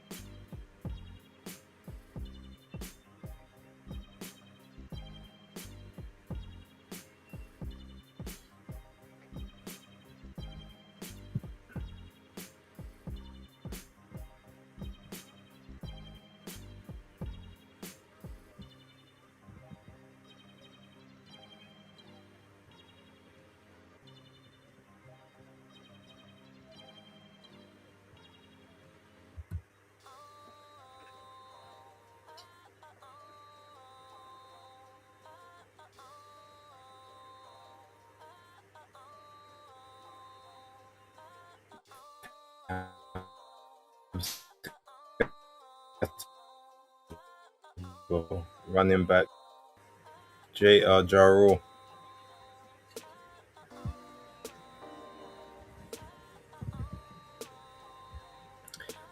What do you think about the other brother thing, Shakur and Keyshawn? Oh, about the brother thing. Um, I'd feel a lot more okay with it if they weren't so close in weight class. Like, ultimately, if you're actually brothers, then that's one thing. But the whole friendship thing.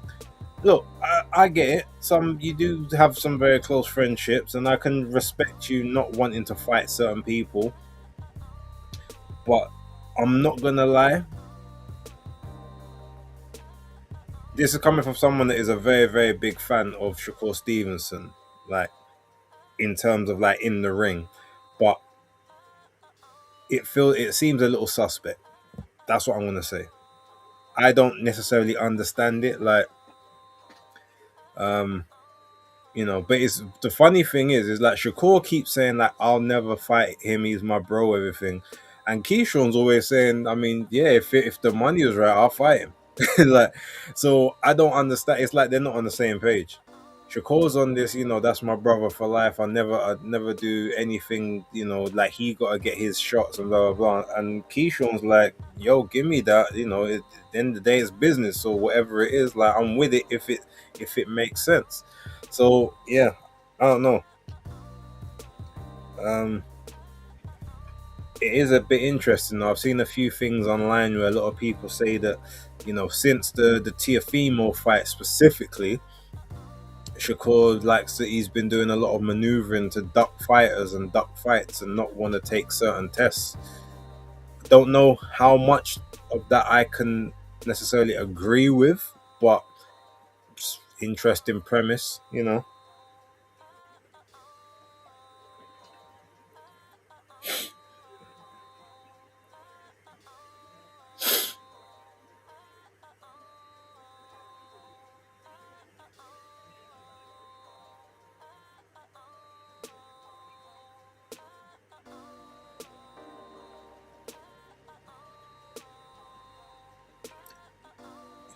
Yeah, you guys can keep putting those bogus links in the chat, and I will just keep deleting them.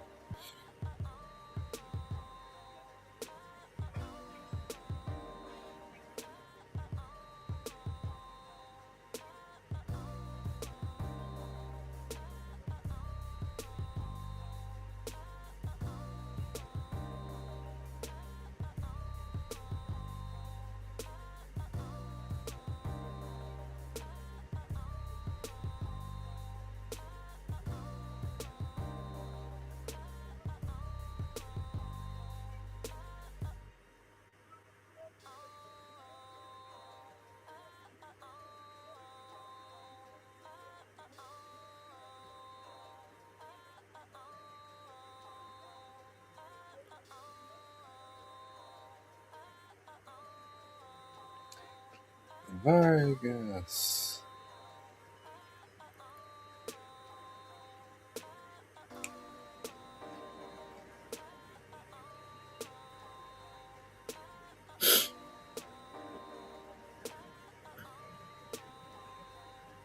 I mean, the first fight of the card was great. Ben Whitaker should have got a better opponent, especially for a pay-per-view card.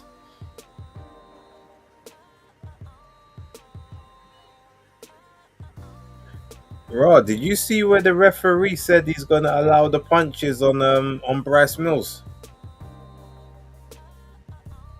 Like Bryce Mills' navel is showing his belt is like about an inch underneath his navel, like where his guard protector is. The referee is pointed all the way down into the pit of his the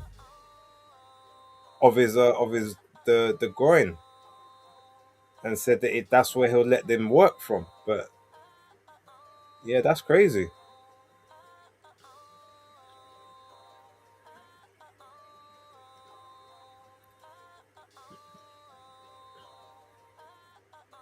All right, but Vargas Southpaw trying to work over the top of Bryce Mills' lead hand. Bryce Mills trying to use the triple jab to get his way on the inside. All right, 2 minutes and 20 seconds of the first. Oh, Bryce Mills with a 1-2 down the pipe there for Vargas, but Vargas with a shot to the body, and then a left hand up the top, then two more shots to the body. Oh, nice little shot up top there by Emiliano Vargas, but Mills is tough and Mills is holding his shape. It's only the first round, but gotta be careful.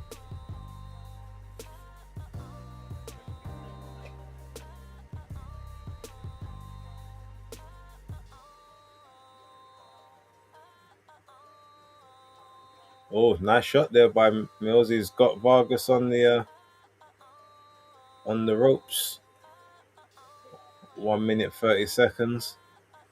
Bryce Mills gets caught with a straight left, but a very bladed stance, so he should be okay as long as he doesn't trip up. Shot to the body there by Emiliano Vargas, and another shot to the body there. Another shot on. Oh, Bryce Mills gets caught with a left, almost like a come uppercut. It looks like his nose might be going a bit there. But his nose is red. I don't think it's bleeding just yet. Straight left down the pipe by Vargas again. 1 minute to go of round number one.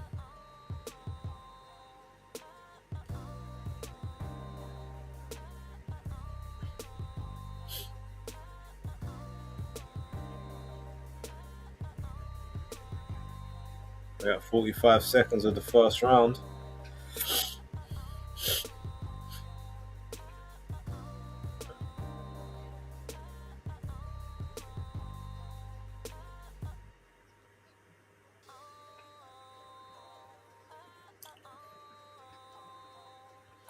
At 25 seconds.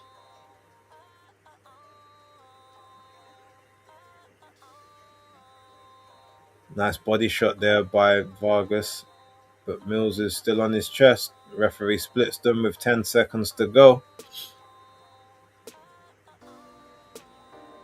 Nice little sharp right hand jab there by Emiliano Vargas, and a left hand right at the end of the round, and another right at the end.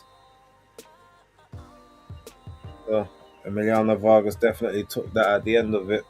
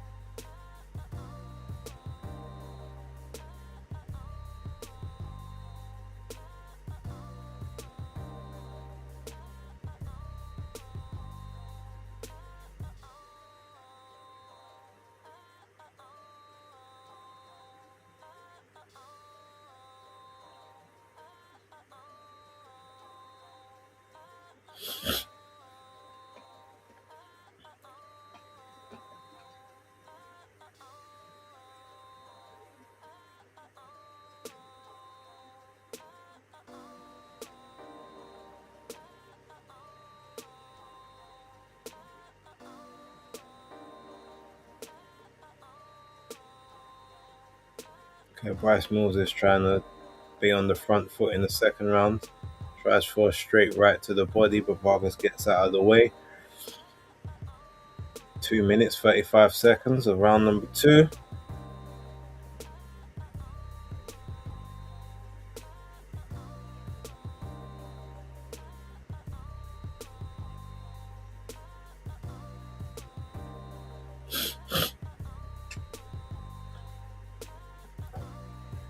Mills punch from that southpaw stance, jumped out of the orthodox straight into the southpaw to catch him. Kind of thing Derek Chisora does.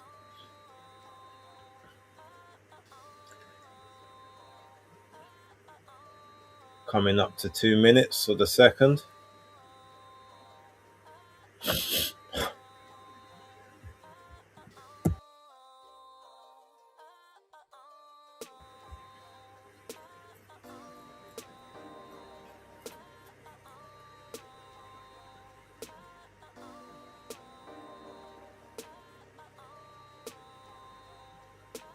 Oh, nice left hand there by Vargas.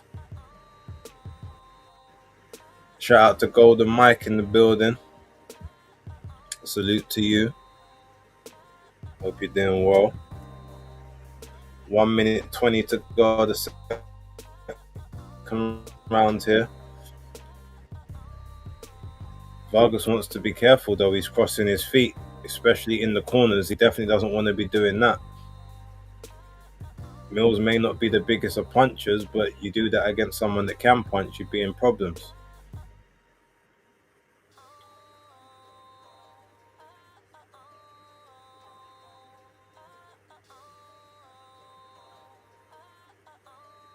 Ooh! Bryce Mills caught Vargas with a nice right hand there. I mean, Vargas ate it, to be fair, but don't want to be taking too many of those flush. Oof, left hand there by Vargas.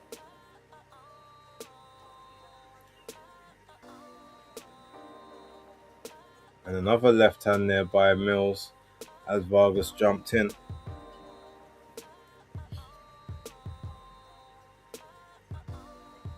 Body shot there by Vargas and another body shot.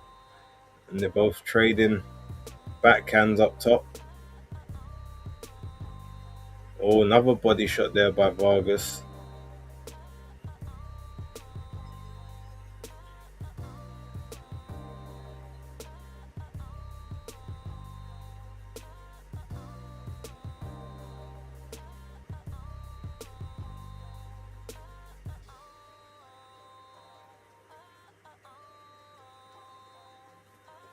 Corner's telling him they're not going to get. It was a close round, but they're not going to give you the close round, so you got to make it dominant, which is good advice. Mills didn't come to lay down or stay down. Yep, very true, Phil. But I think they're banking on the fact that he's a tough guy. But even though he's got a bunch of recent knockouts, but he's not a big puncher. I think that's what they're banking on. But he's catching Vargas, but he's also being caught. So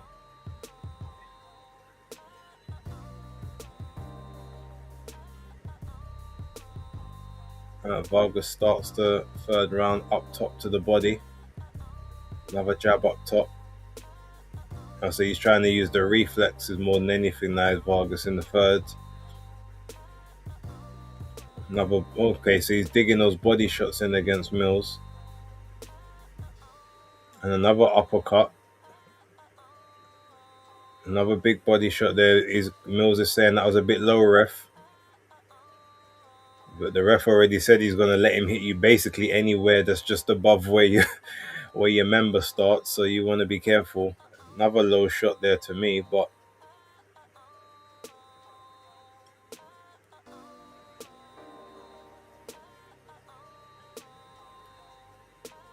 some nice shots on the inside there by Mills, but Vargas comes back. Another double jab there by Mills up top. That's what he's got to do, double and triple the jab up to get his way to the inside.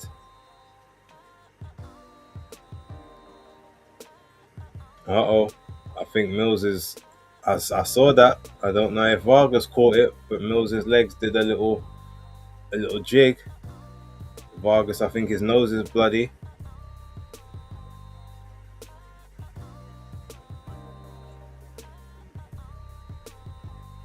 Maybe not. Nice body shot there by Vargas on the exchange.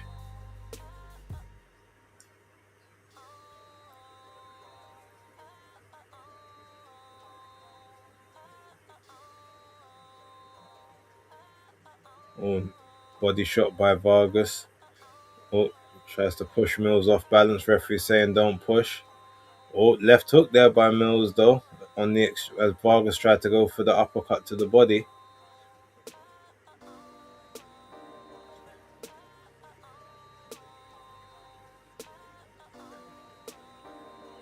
More body shots there by Vargas.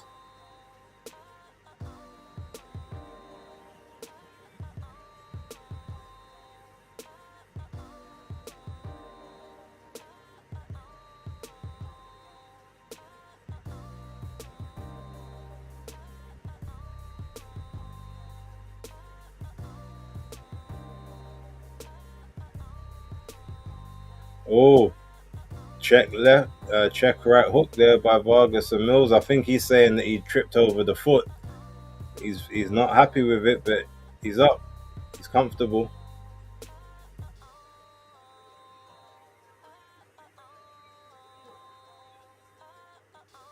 Mills is going to try and get it back. So Mills is not happy. Let's see what happened. Did the feet tangle as he got caught with the check right hook? That's the question. Let's see the replay. So Stephen Mills is the trainer. So I'm assuming that's his father. He looks like his father.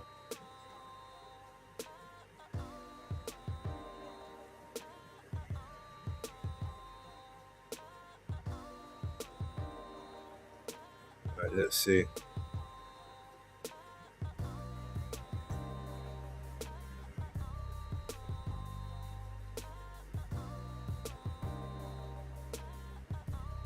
Nah, it wasn't a trip.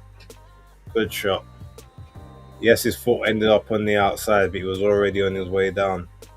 So,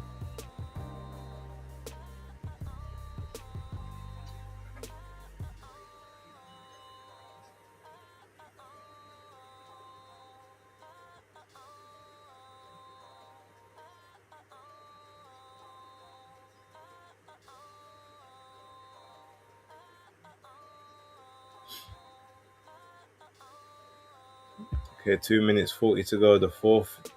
Mills is picking up the activity here for this round, but he needs to be careful that he doesn't get picked off stepping in. Another body shot there.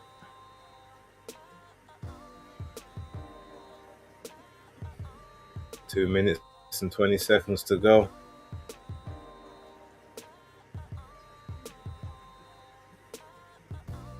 Ooh, big left hand there. Oh, he's hurt. He's down. He says he's good. He's not good. The legs are gone. The ref's telling him, walk to me. Those legs are stiff. He's about to get taken out here. Yep, the legs are gone. The ref's gonna stop it. Oh, and yep. The ref jumped in. The ref said it's enough. Wow. Yeah, that was big shots. Well done to Vargas. And I predicted him by decision, so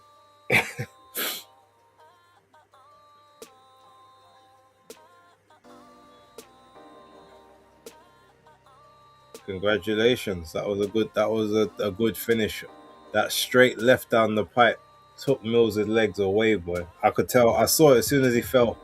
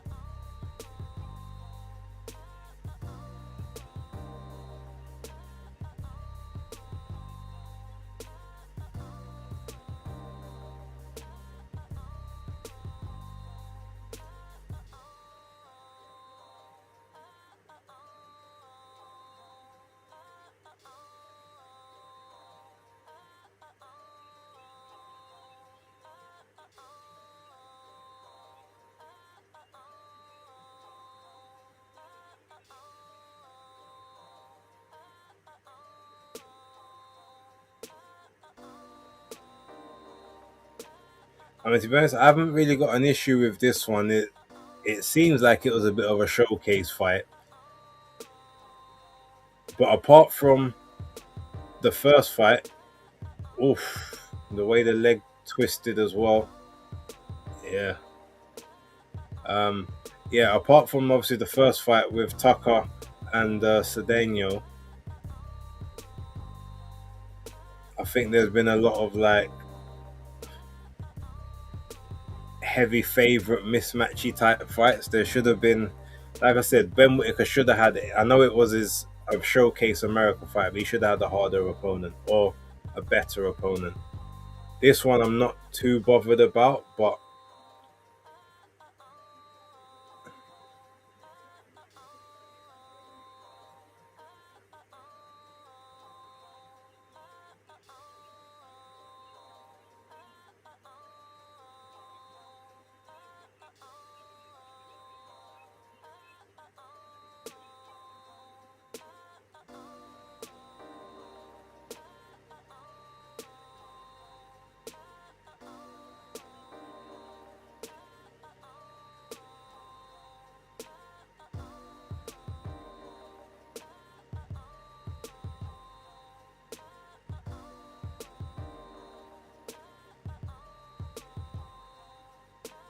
Hmm.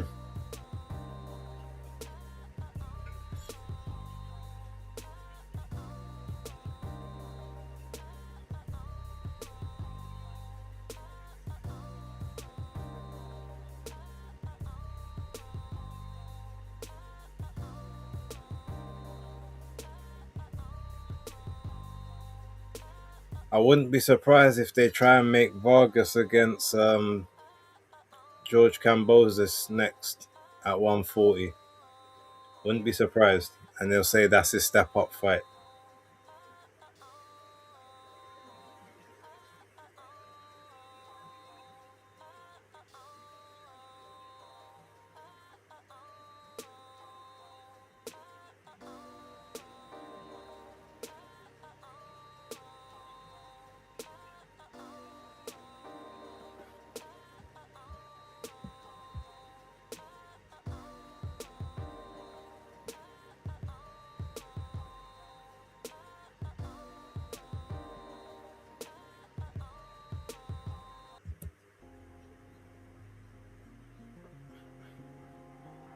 Right, let's see how long they take before the main event gets put in the ring.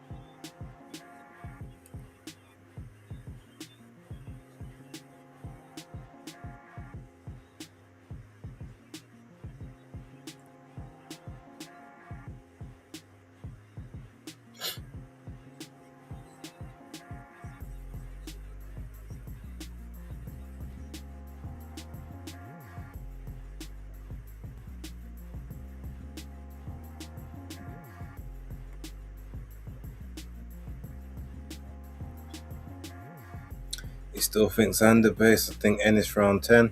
Yeah, I mean, look, if Ennis wins, congratulations. There's just something about this fight. Ennis should win, and I'm not gonna be shocked if he does. But there's something that's just telling me Xander is gonna win this fight.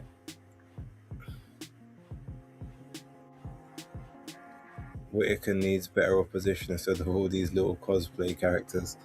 Like I was said on the broadcast earlier, it almost feels like this is the professional boxing version of Misfits. Obviously, Ben's obviously a big character, and then you've got Richard, who's obviously playing a gimmick. Yeah, but Ben's better than that, much better than that. So it's time to start showing it. And the thing is, Matchroom said that they were going to get him the learning fights that he wasn't getting on the Boxer. I'm not gonna lie, I think that he actually was getting better level opposition against Boxer. Now he's also a much better fighter now than he was then, but I think apart from the Aaron Yeka fight, I actually think they was giving him the fights to build him the correct way. Um, the Matchroom fight seemed more about building his profile than actually like building his skills. Which he's the skills are natural anyway, but Yeah, it's time to start actually putting him in there with people that are going to make him learn something now, if they're not there to beat him.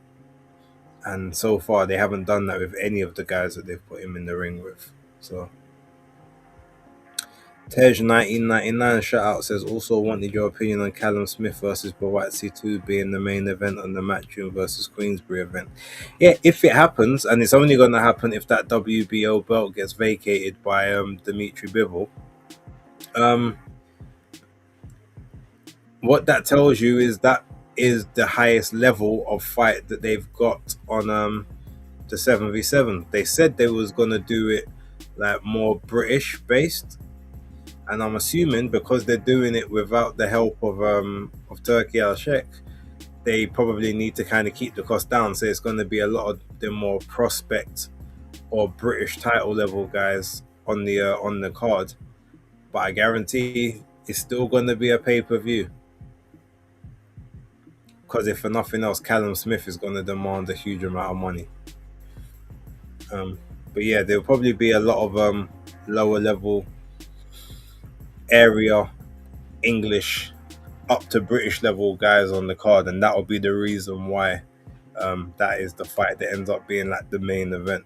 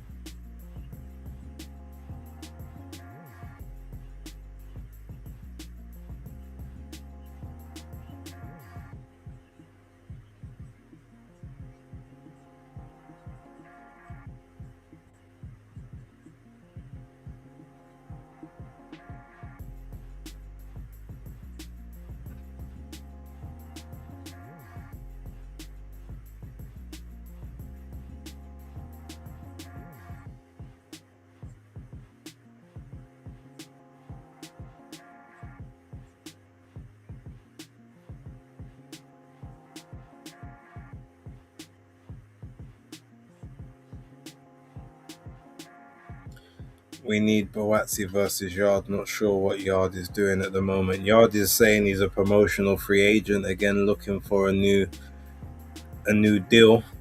He's likely going to Zuffa. I'm probably getting up to cruiserweight. But to be honest, we don't need Yard versus Bawatsi anymore. That fight's old product. It's not remotely interesting anymore. I'm gonna be real.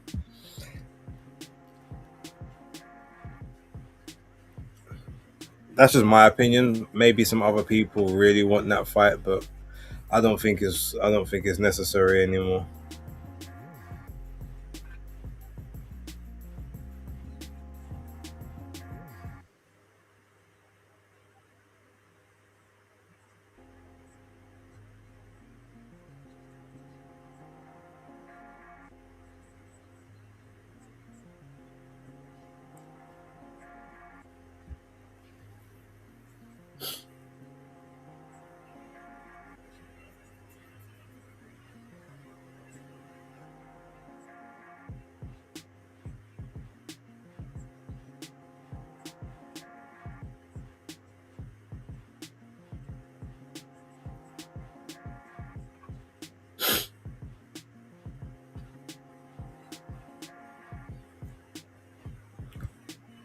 Do you think Eubank can beat Shiraz? Not a chance in hell.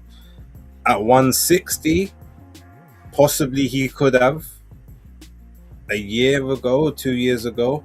168, no, not fast enough anymore. Doesn't have the output anymore. Doesn't have the punch resistance anymore. Or maybe he might going up to 168 again, but at the end of the day, Shiraz is just too much reach. Like a younger, faster Eubank, possibly, but not now.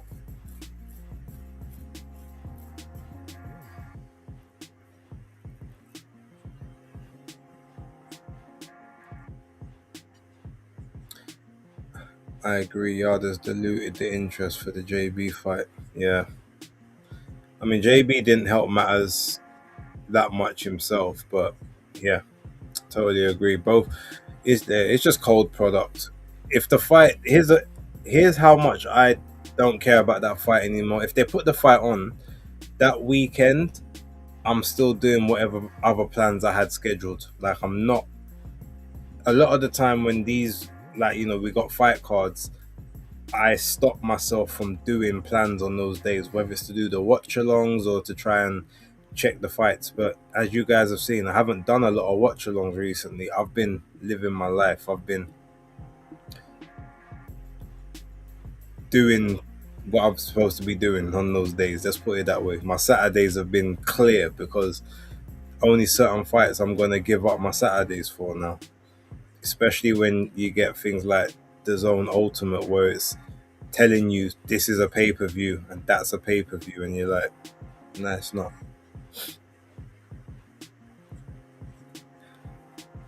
Shout out to Counterpunch J. Emiliano Vargas should fight Zara Abdulayev next. It's an interesting fight. Could go for that. Philip, that fight is like a co-main third before co-main fight, not what it was before. Yeah. I don't even think Yard will be main event ever again. He's just going to be undercard. Yep. Unless they go to Zuffa.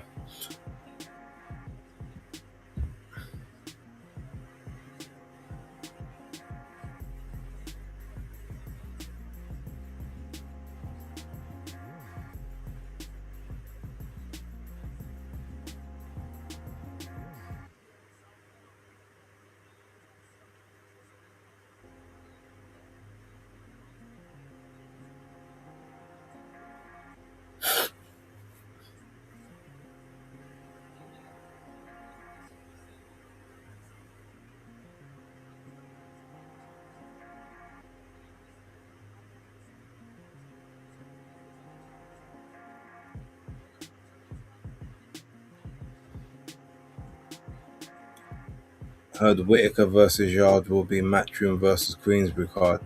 No. That fight isn't going. If that fight happens, it's not going on that card because that's happening in November, and Ben Whitaker's going out next in October in the Midlands. I think they're going to go to Birmingham rather than Wolverhampton. But yeah, he's fighting in Birmingham in October, and that 7v7 card doesn't happen till November, so no, it won't be on that card.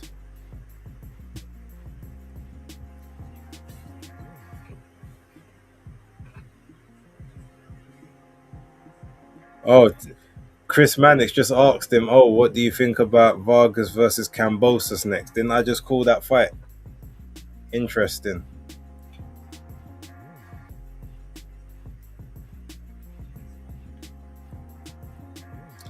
I think Whitaker embarrasses Yard. I wouldn't put it past him.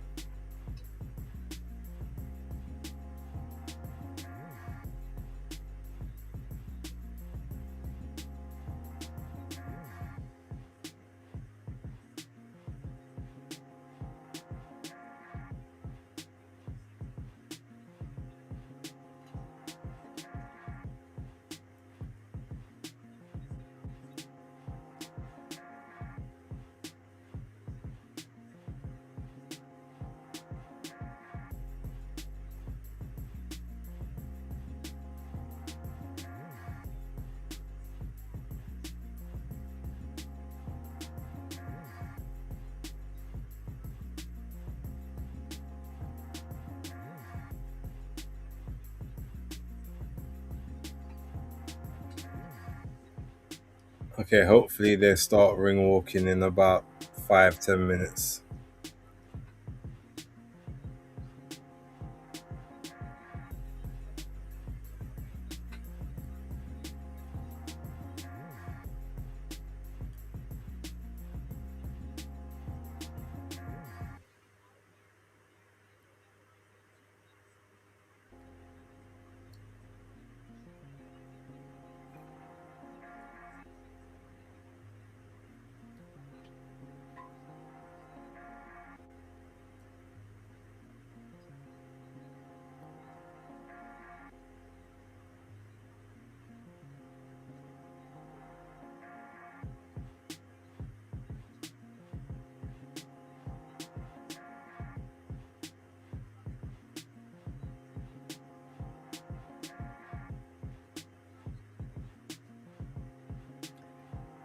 Well, they got Michaela Mayer and Amanda Serrano in the building, and not one of them have been on the zone broadcast yet. Is that because they're with MVP and MVP's on Sky Sports and ESPN?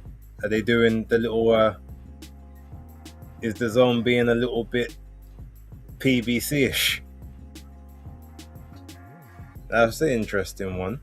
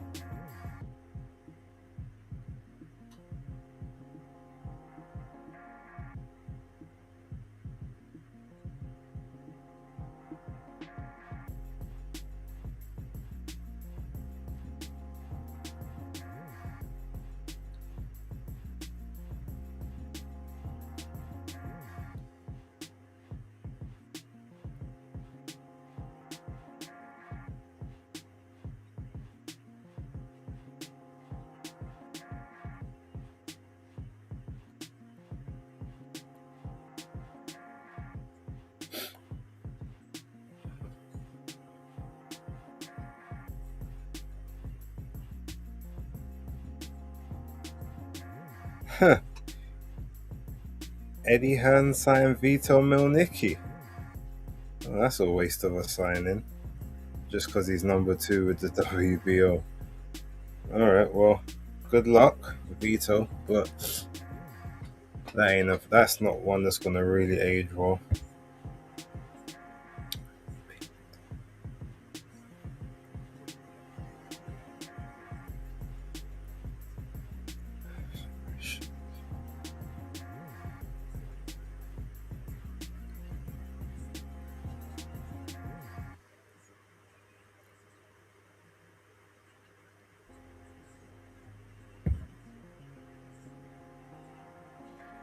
Okay, so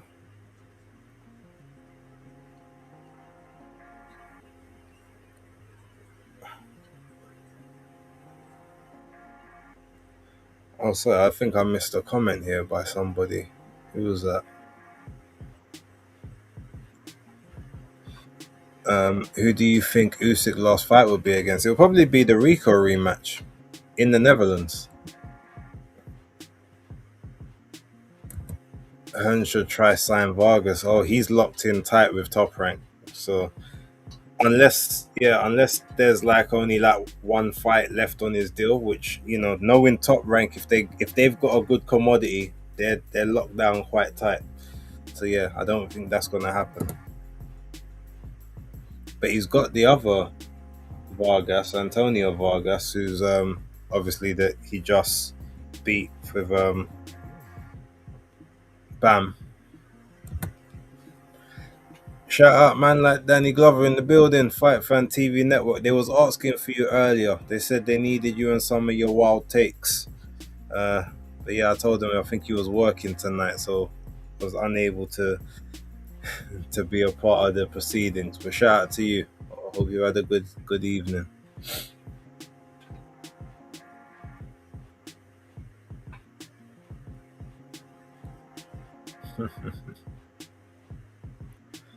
Oh yeah, come on guys, they need to get this main event underway.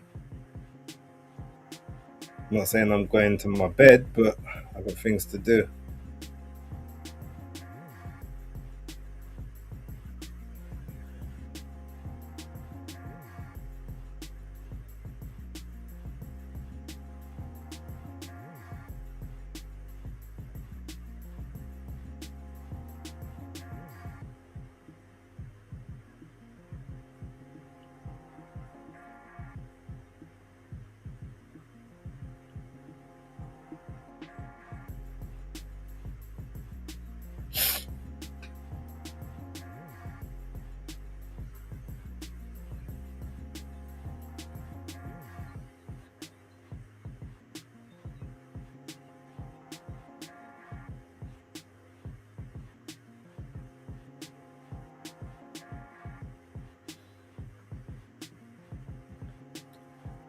Don't forget the other Vargas Emiliano is money. I mean, now I hear it, but yeah, he's going to be locked down tight to Top Rank, so Matchroom ain't going to have a chance with that. Not for the time being, anyway.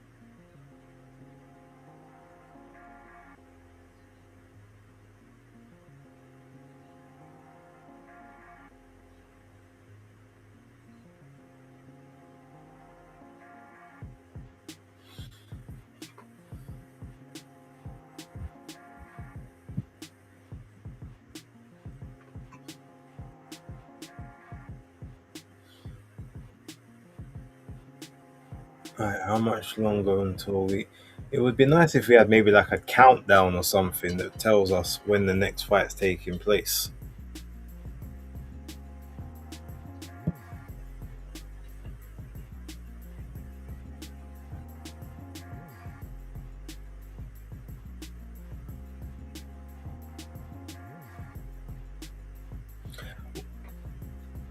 All right, guys, I'm torn, right? You see, August the 29th, I want to go, and I've already made arrangements to go to the UK versus USA card in Birmingham, headlined by Michaela Mayer and Chantel Cameron. I've got some reasons why I want to go to that card. Mainly because, I mean, look, it was there first, right? But you've got a Talma and Hergovich the same night in London. Now, if I was to do that event instead, that's gonna save me like £400. But there's no guarantee that I'll get access to anyone in that event. Like I haven't spoken to Moses in about 3 years. That I'll get Hergovich on the channel, and I don't know what the undercard's gonna be like. But if I go to the MVP card, they know me quite well over there now, and they actually give me access, and I'll definitely be able to get a lot of content for the channel. Plus, that's the one that I was originally scheduled to go to, and it also means that I won't have to try and look about dog care. I could bring the dog with me, like the hotel that I'm staying at accepts pets, but do I really want to do that and then trying to be doing videos and stuff with him running around or making up noise in the background, which he will definitely do? Probably not. So yeah, let me know your thoughts in the comments, and I'll take it under consideration. And also, the person that normally would watch my dog for me is actually not going to be in the country because I checked, which means I'd have to get one of my other people to do it who may not be as willing.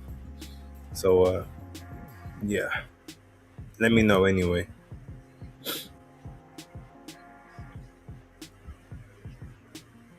He says, yeah, because I'm tired right now.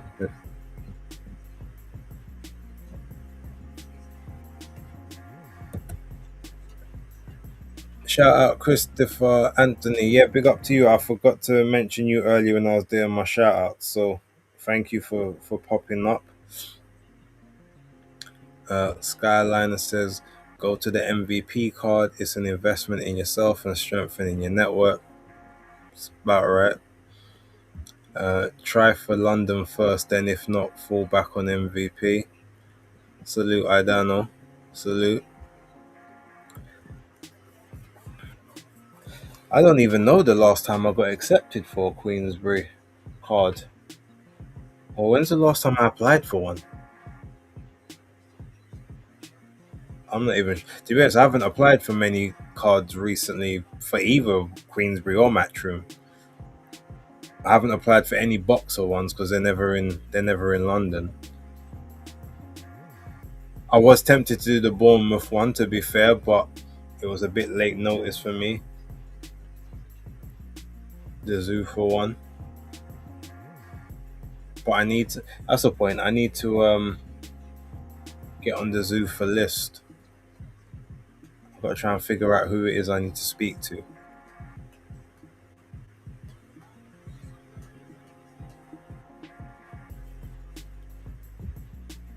said I ain't been around for a bit. Yeah.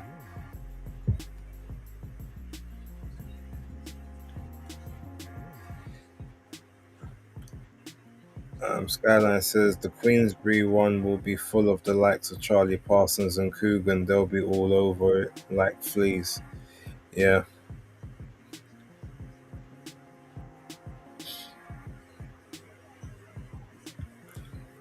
Um, how is the Mayor Cameron undercard? You interested? Oh yeah, I'm very interested in it. Um, what's her name? Terry Harper against Miranda Reyes. I'm very, very interested in that fight. Um, Caroline Dubois. I don't actually know her opponent. She'd only had 4 pro fights, but apparently a very, very decorated amateur. But she's quite old. I think she's like 36 or 37 or something like that. Maybe she's not that old, but yeah, she only had 4 pro fights. But I've been told that she's really good. I haven't checked any of the fights out, but apparently she's got a very deep amateur record. Was a sort of a standout American amateur, a little bit like Jenny Fuchs. Um, but yeah, there's a couple other. I think Ticey Gallagher's also on that card, going to be taking on an American. There's a lot of good fights, and there'll be a lot of good access there.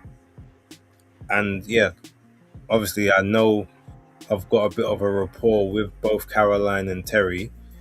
They both follow me on the old Twitter X, and I've interviewed them. I've interviewed Terry once. I've interviewed Caroline multiple times. I've interviewed Michaela Mayer before, so I can definitely get her back on the channel. Although last time I think I interviewed her, it was for the Undefeated channel, but I can speak to her. I definitely want to speak to Miranda Reyes this time because I missed her the last time when she fought Caroline Dubois. The last time she was over here, but she's gone from strength to strength recently. So yeah, there's I think I'll enjoy that event more. I know I'll get more out of it from like my own point of view, but obviously Hergovich and Atalma that's the test, isn't it? That's the one that we've been waiting for. And that one's obviously on my doorstep. That's the thing. That's why I don't like when they clash. Obviously, yeah, it's 2 separate places. So you say you get a nice market over here, get a nice market over there. But I would actually prefer if the women's one, and I know this won't happen, but if it actually moved to the Sunday, but it won't do that because obviously the Sunday is bank holiday. It's the bank holiday weekend and it's carnival weekend as well. So they wouldn't do that. But yeah, it would be nice if one of them moved off the spot. And obviously, Atama wasn't supposed to be fighting at the end of the month. He was supposed to be fighting at the start, but they was trying to shortchange Hergovich, and he said like, no, I want some more time. So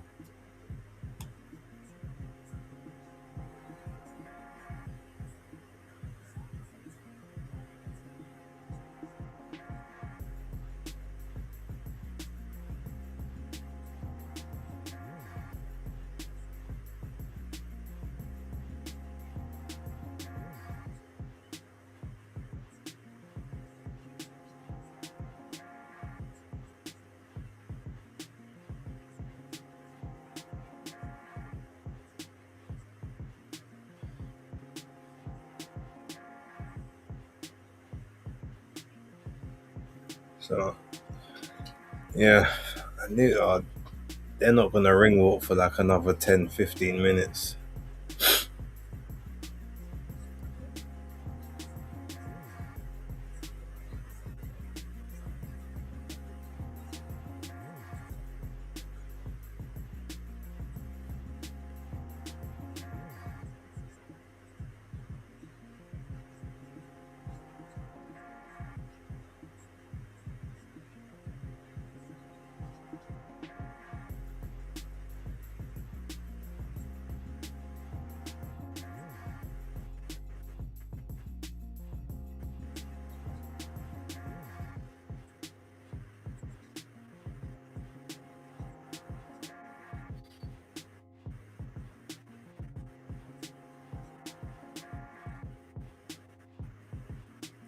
I wonder what it's like for Malik and Kate having to work together. It's probably like a pleasure in one sense, but it's still your wife and it's still your spouse. And obviously sometimes they try and make the little in jokes that they think people ain't caught on to.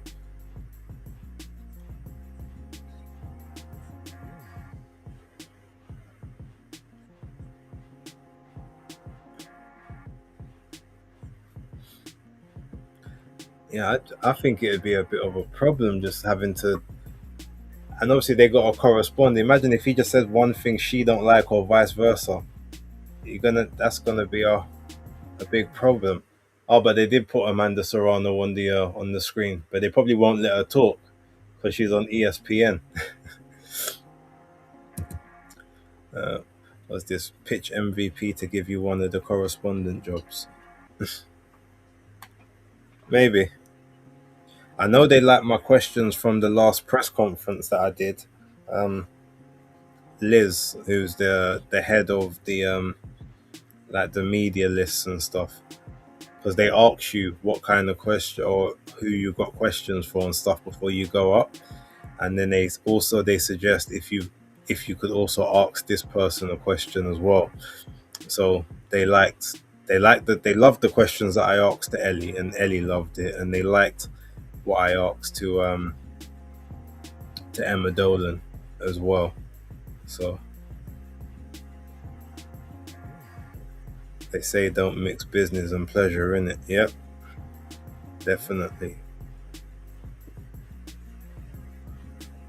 Sounds like a mare. Or you can be their Dev Sani. Nope.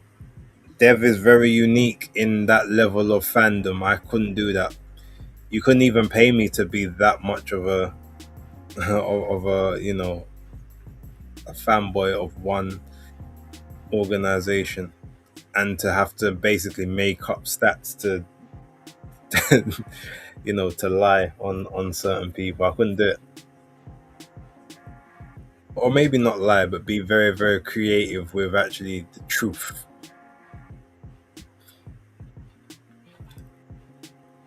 They must put on these professional acts when it comes to working with the zone. Yeah, the Skyliner said Black Sony, and then Christopher said Dev's unique, all right. And then the bots are coming in thick and fast now, so I just hope that works for the algorithm.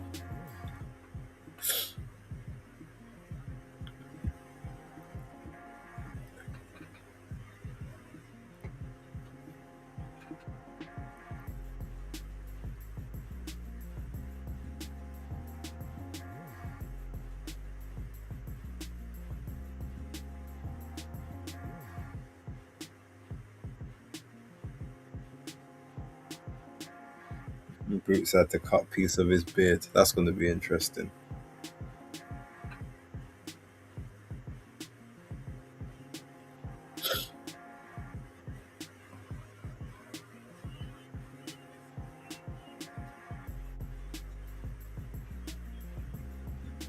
Alright, so about to do the ring walks, I think.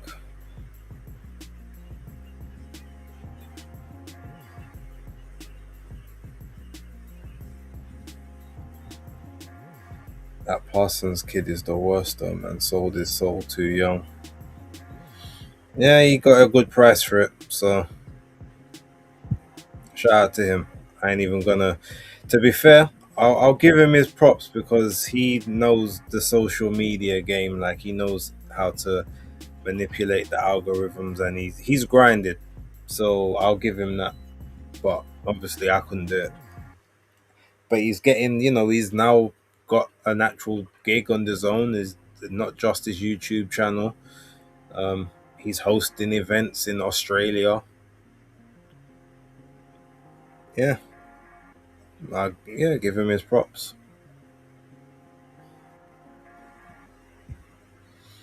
Oh yeah, I heard they requested he shave it down. Yep, he had to. That's part of the complaint. Otherwise, he would have. I don't know if he obviously would have been forfeited the match, but I think he would have had to pay a big fine.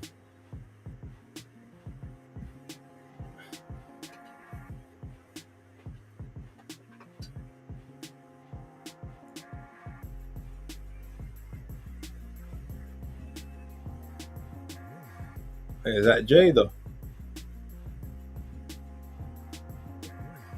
All right, because they said the rumor was Jay-Z was going to be walking him out, but this makes more sense because this is the kind of thing Jada would do.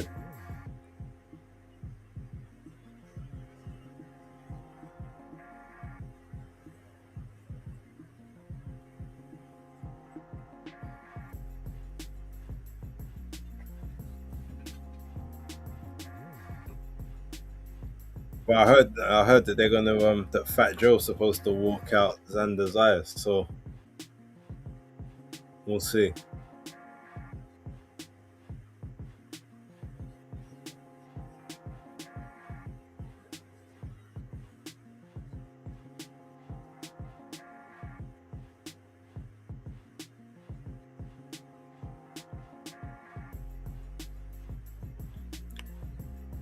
Jay the better rapper than Jay-Z in my opinion. I don't think that's a hot take at all. I'd agree with you.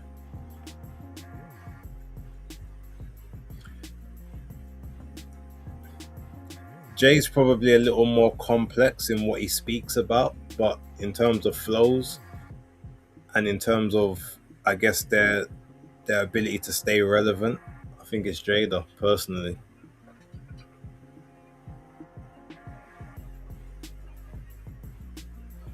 I think there's a lot of Puerto Ricans there, boy.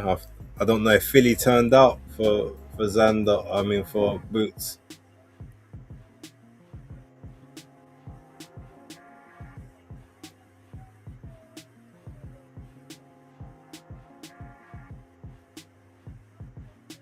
Right, so who's he got with him?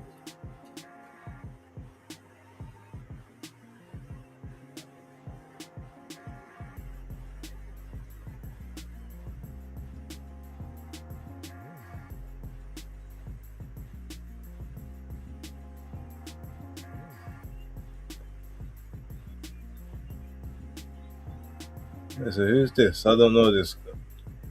Not off the top of my head.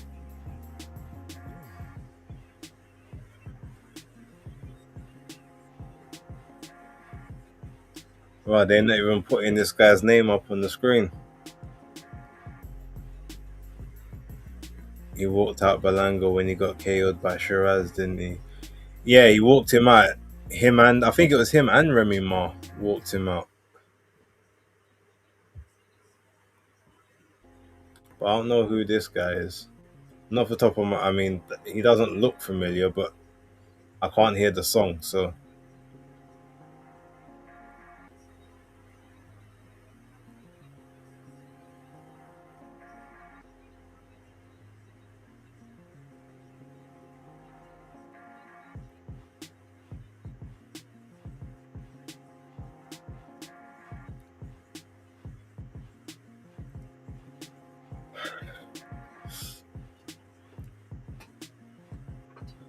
I mean, the thing is, if Zayas loses this fight, it doesn't hurt his career at all, and everyone knows he's just gonna move up to 160 straight after.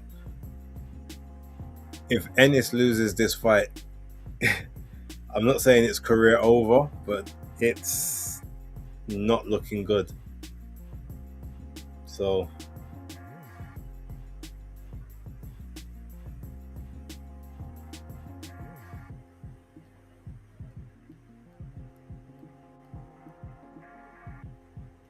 oh, we got national anthems.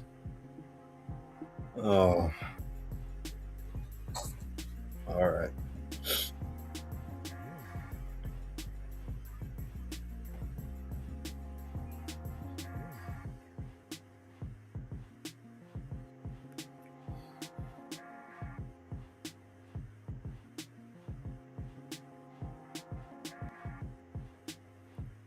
Melissa Bonilla,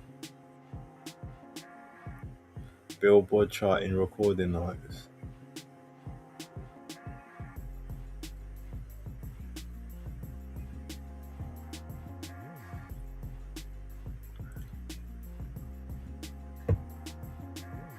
There's so many countries that I haven't been to that I need to go to.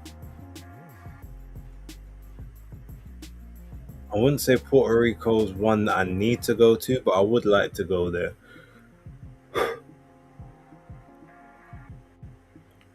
I'd say Cuba's higher up on my list, and recently Cabo Verde I think is a place I need to go to, and Angola. That's a place I want to go to. What percentage do you give each fighter of winning? 55-45 either way. Like I've picked Xander, so I think Xander will win on points. If Boots wins, I think it will be a stoppage in the mid rounds. But I think if it goes past 7 rounds, then I think Zayas wins the fight.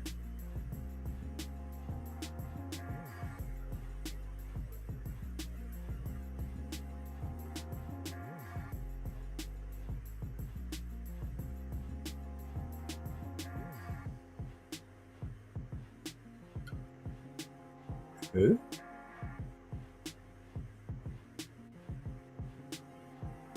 Never mind. 6-time Grammy nominated songwriter and recording artist. Never heard of him.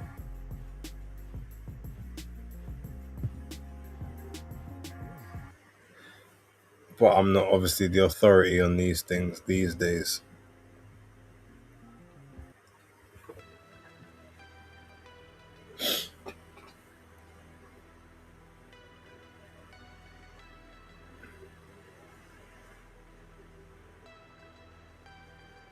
Let me Google. Never mind. Who is this?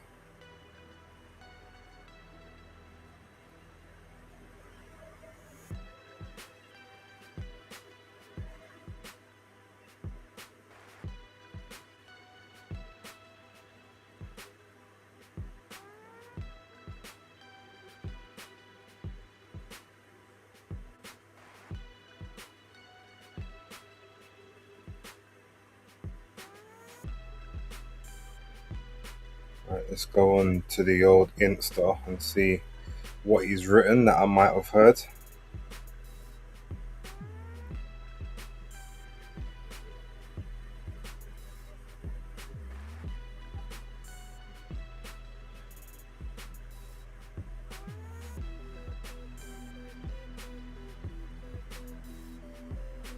Eyes on you.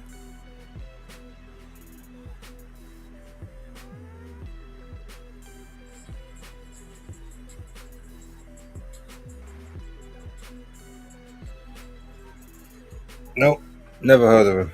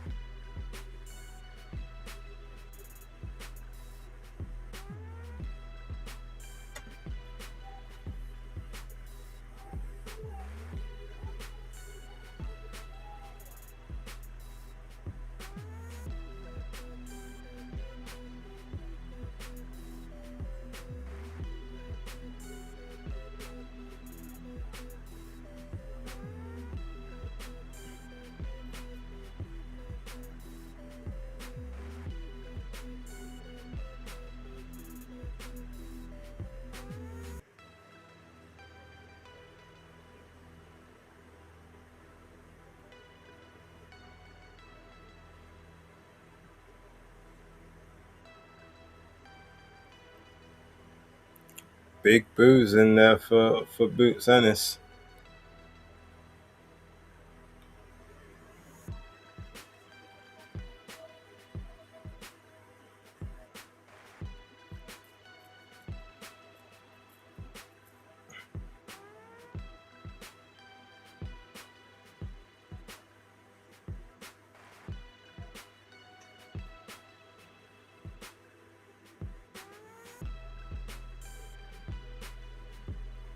Ennis.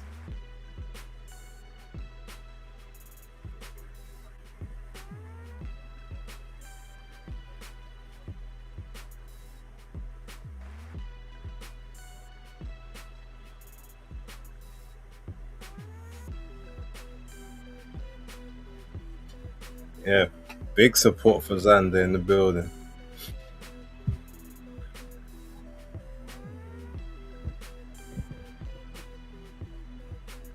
Uh-huh.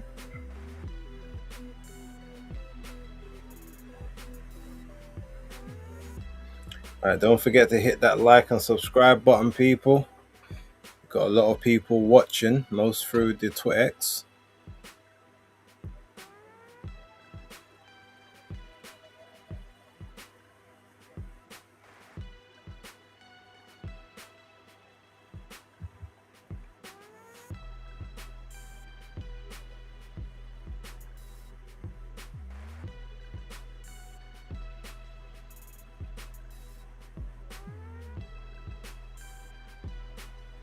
Zayas.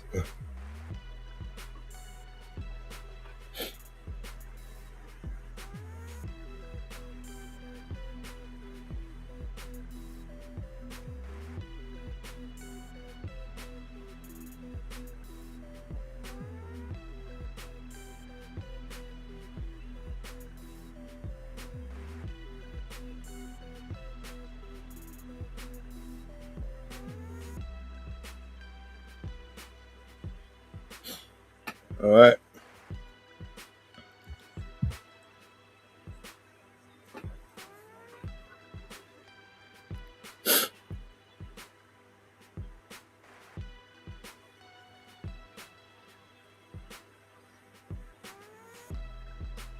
Alright, bell starts. Both to the center of the ring. Oh, nice jab by Boots straight off the bat. Tries to go to the body as well. Double jab by Boots. Zayas moves out the range for both. Boots triple jab there. Another jab up top. Oh, nice right hand there by Boots. Zayas got caught with that one.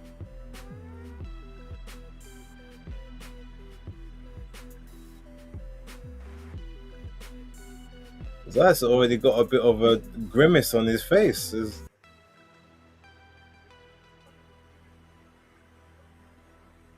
Stabbed to the body there by Zayas. I wonder if he's had to take off a bit more weight than the normal. And Boots has gone straight into southpaw. He did it slick as well. Didn't even really notice it. Stab to the body by Boots and stab back by Zayas. Boots tries for the backhand. Oh, straight left by Boots.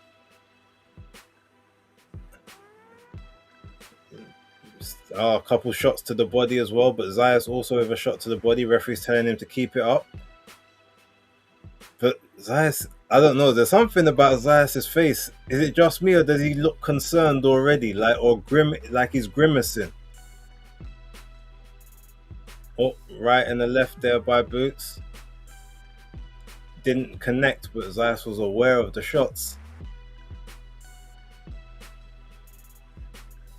Oh, nice left hand there by Boots. And the right. Oh, a drop. Xander. Wow, first round. 7, 8. He says he's okay, but 1 minute.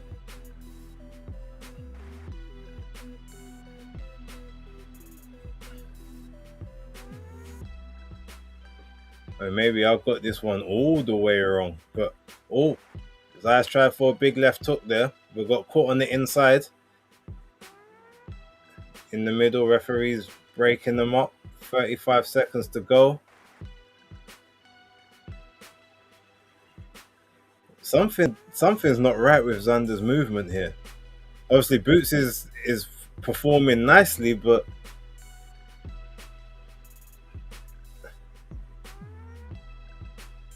it's like Xander. Even the punches that he's another left hand there by Boots, but he gets caught with a left hook. Xander gets caught again, but even the punches that Xander's throwing, then they've got no they've got no speed, no snap on them or nothing. Like, is he that weight drained, or is Boots just that good? Because it might be both. Thought he'd be stopped mid to late. Now I think Boots can do it earlier. Yeah, maybe. Like I said, maybe I got this one extremely wrong. And I'm not mad if I did, to be honest.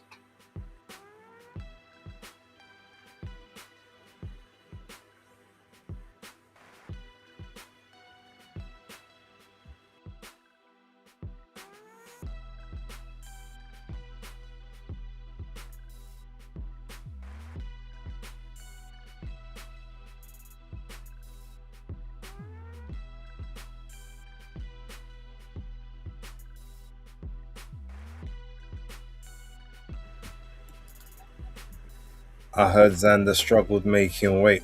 I wouldn't be surprised. Remember, Boots said, "Oh, what are you doing? You doing a fat camp? Is that why you needed it at the end of the month?"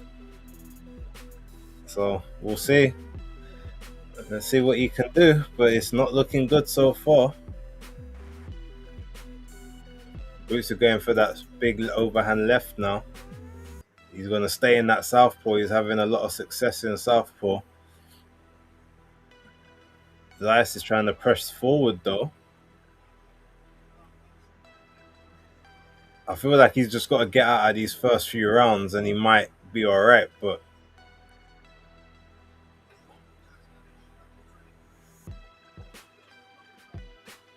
yeah, but Xander just, there's no zip on the shots. Like, Xander, but he looks not nervous, but he looks like he's uncomfortable.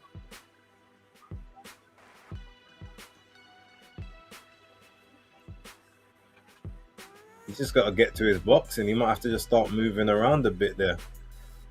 Okay, nice little right there but he's just going to be exchanging with Boots there. Moving around the target, 1 minute 50 to go of the second. Tries to go to the body, gets caught up top there, the Xander. Gets shot with a body shot, tries to go back to the body himself. And another body shot by Xander. It looks like he's just going to try and target the body moving forward now, which isn't a bad idea. But he needs to get out of range. He needs to be in and out of range. He can't be standing in the kill zone. That's where Boots wants him.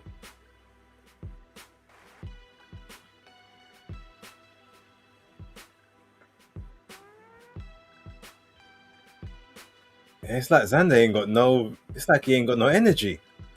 He can't be holding his feet with Boots. That's not early anyway. Maybe later on in the fight. Okay, nice right hand there by Xander. Round the side of the guard. Alright, little headlock. 45 seconds to go of the second. Misses the right and the left. Boots goes for overhand right. He's back in his orthodox stance now, his Boots. Jab to the body.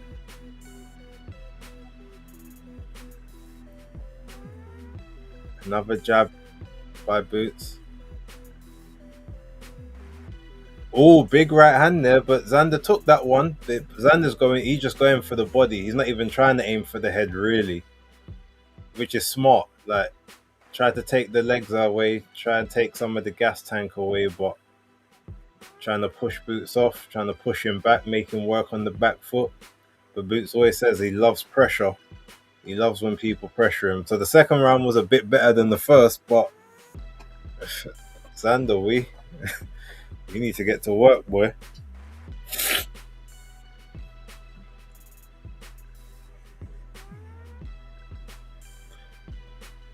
Bosey's telling him don't stand too close to him. So that's not all we practice. Keep a bit of distance.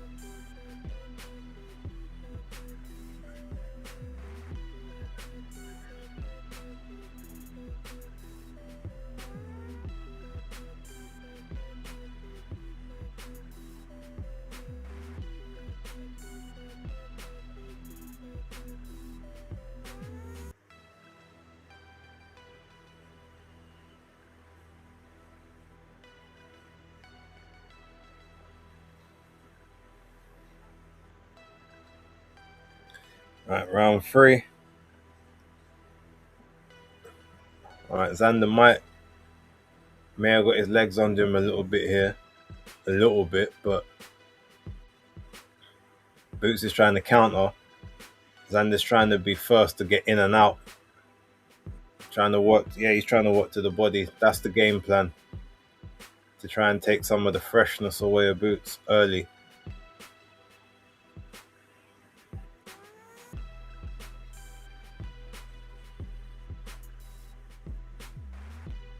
Okay, nice 1-2 there by Xander. Boots has gone back southpaw. He thinks he's better that way.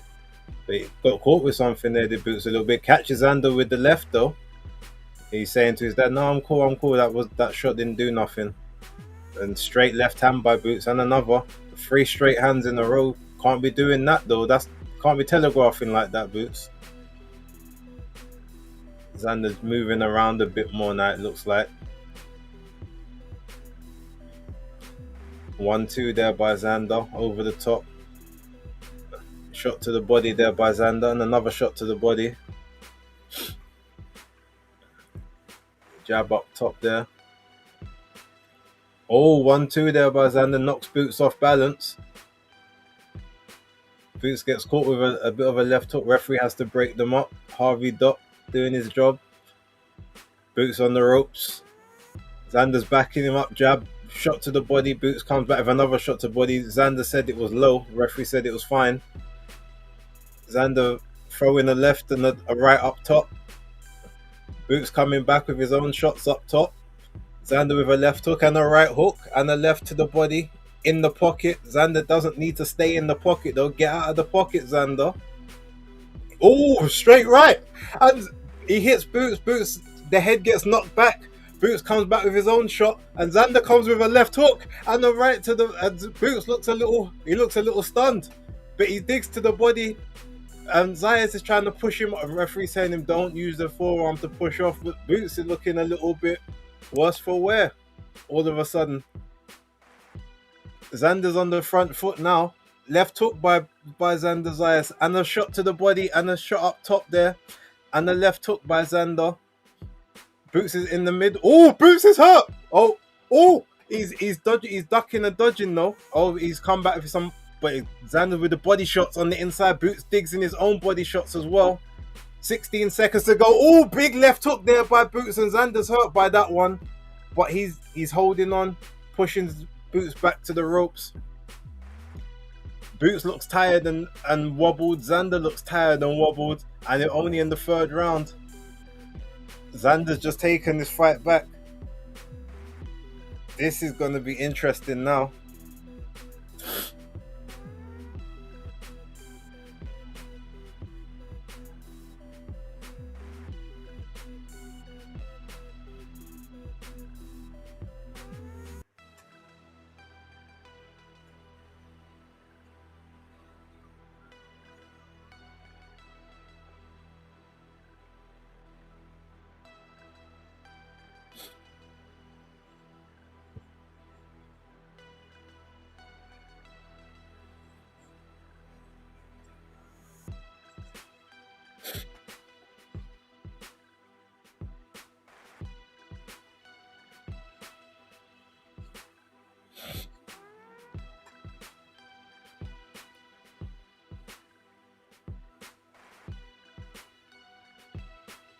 Alright, round 4.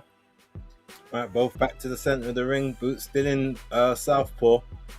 The Zayas looks like he's got his legs under him a little bit now. Boots with a big left. Gets caught with a left hook over the top. Referee breaks them. 2 minutes and 40 seconds to go of the 4th. Another body shot by Xander. And a straight up the top by Xander. Right hook there by Boots. Dig into the body by Xander. Boots tries to flurry him on the inside. Referee's breaking them again. Right, left. Oh, big right. Oh, another big shot there by Xander. And another, but he gets caught with 2 hooks. But Boots digs to the body and another shot to the body. Changes the angle. But Xander's digging away on the inside as well. This is not where you want to be, Xander. Get in and get out.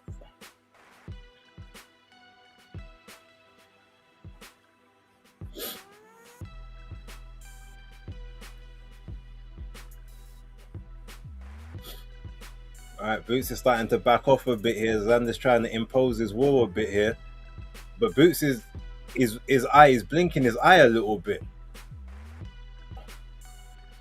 Oh, big body shot there by Boots.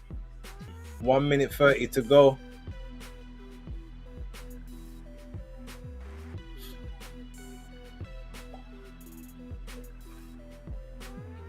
$120. Oh, big right hand there by Boots, and another. Oh, body shot as well. Right hand again by Boots. Xander's wearing these shots well now. This fight can't go 12. Stab to the body there by Boots, but he gets caught with a 1-2 by Xander.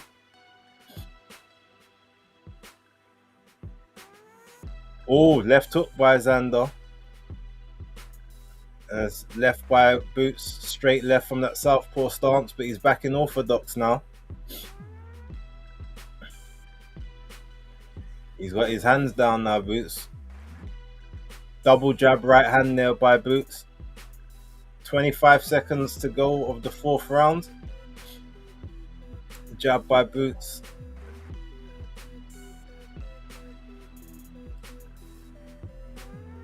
Oh, 1-2-1 there by Xander Zayas. We're coming up to 10 seconds to go of the 4th. Boots digging in those body shots. And a straight left by Xander right at the end of the round. Okay.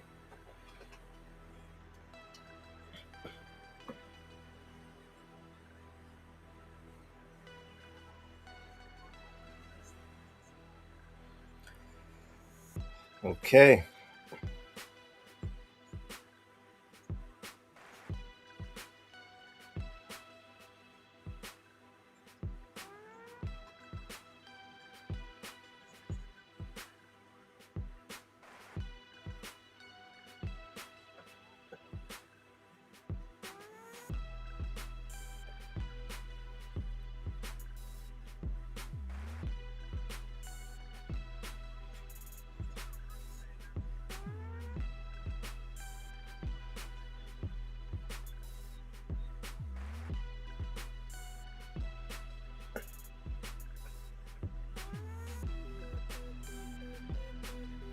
All right, round 5.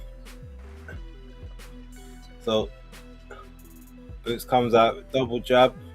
Xander with the double jab to get into range. Boots circles around a little bit. 2:45 to go. They're both looking for the openings. Boots with a jab up top, then to the stomach. Oh, tries for the right hand over the top there, does Boots. It's too early for all of that. Left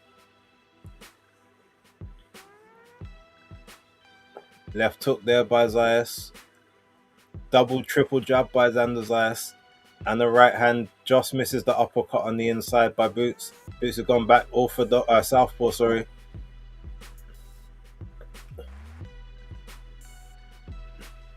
Two minutes and 10 seconds to go.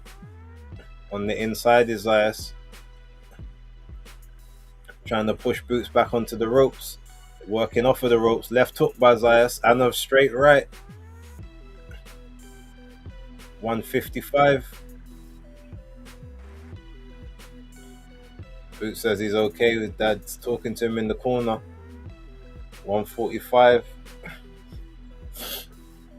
Oh, right hand by Zayas, but Boots has got it okay.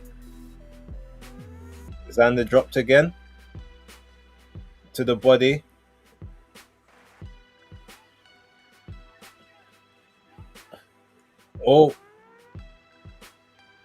Oh, big uppercut there. Xander Zayas down again. 1 minute 20. He's looking at the ref. 6, 7, 8, 9. He's up. He says he's okay. But I think it's over now.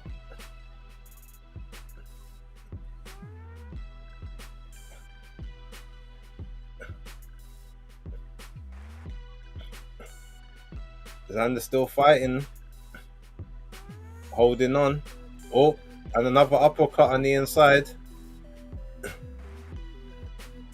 Boots pushing him around the ring a bit here, but Xander's still fighting. Oh, is the ref gonna jump in? 30 seconds.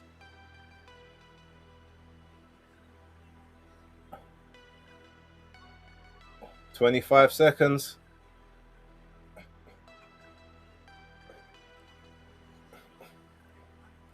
15 seconds. Is he gonna make it out of the round? Probably. He's holding on again, trying to push Boots back. Just wants a bit of a...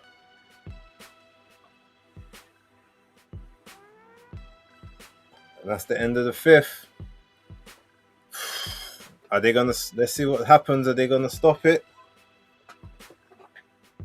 Looking at the ref. The ref's looking. The doctor's looking.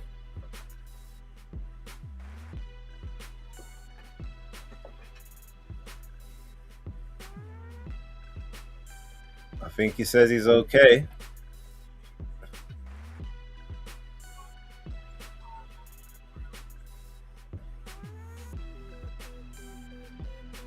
Wow.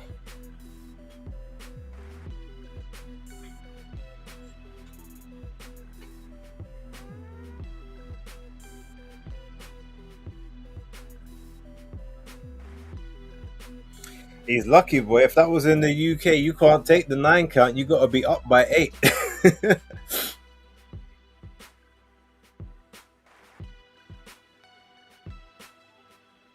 All right, so the ref said, you got to show me something this round. The ref, the doctor's looking at him. He says he's fine.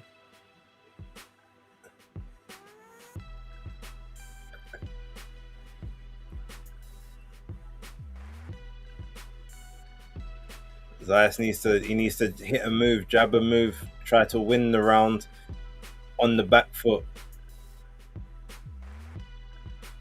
But Boots said, you know, I'm gonna do this fight however I want.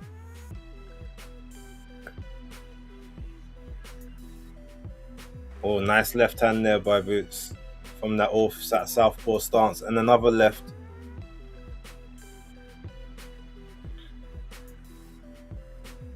Left hook there by Xander.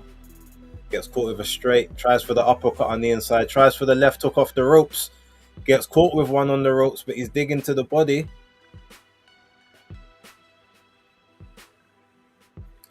The legs are gone. I don't think Xander's gonna... He's not gonna survive this round.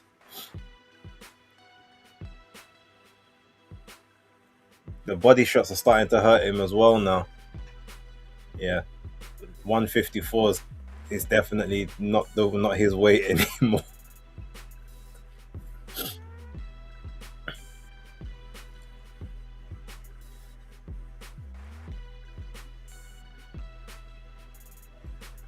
Zayas might just have to make this a recovery round. At this point, losing on points is going to feel like the victory. Oh, sweeping right hook there by Boots. Back in that southpaw stance. Just throwing that jab out over the top.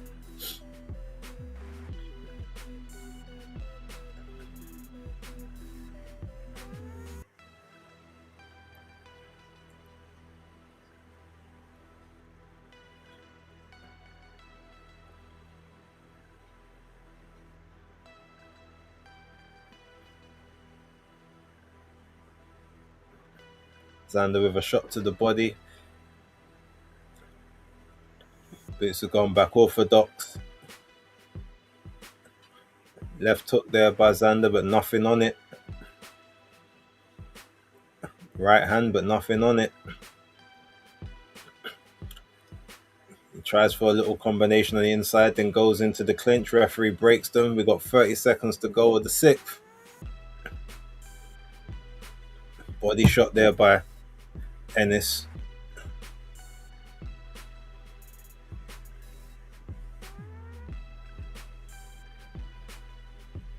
Just missed the uppercut on the inside, did Ennis. 10 seconds to go with the 11th. of the 6th, sorry.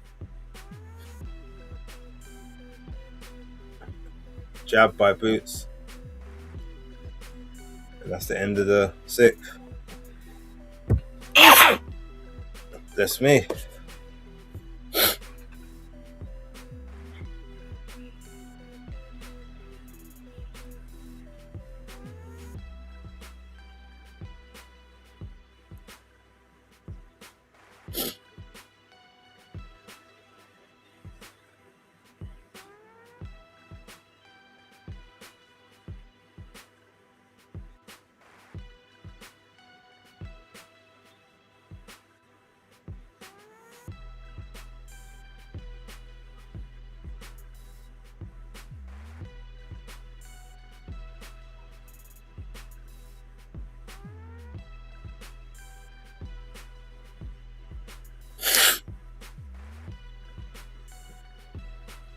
Right, round 7.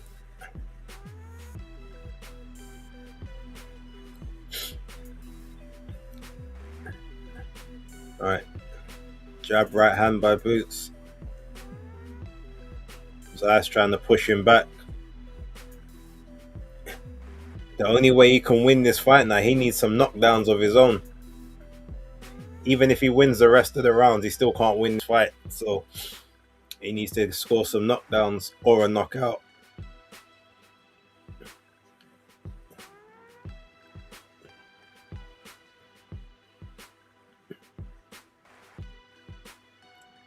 Oh, nasty body shots there by Boots.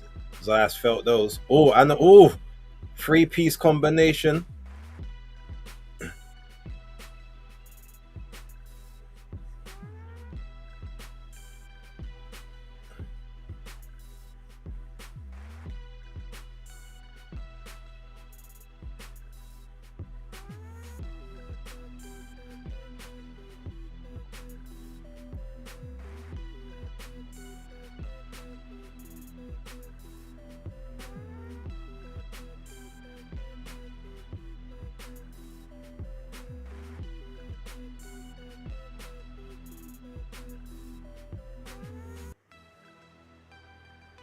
I think Zayas is about to go down again.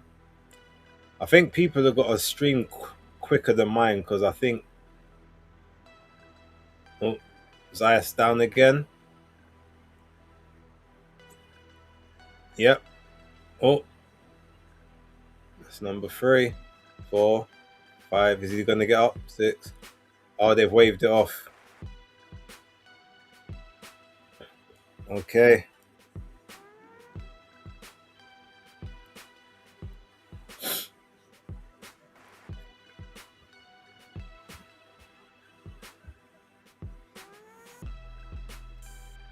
No more bet.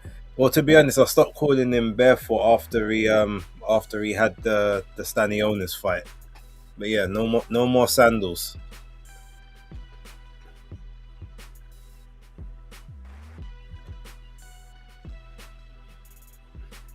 Jamaica to the world. Alright. Zoro Gotti and the new. Well, he beat the PB. Well, okay, he's not technically a PBC fighter, but he beat the PBC curse for me. I didn't trust it. But Xander also fought the wrong fight. He tried to be the bigger guy with the guy that likes the pressure. He should have boxed the move like he did in his last 2. He should have fought him the same way he fought Abbas Barao. But yeah, I heard the weight killed him this time. So, all right, now we just need Boots against Fundora and Boots against Kelly. I called it from the beginning. Yes, you did. Yes, you did.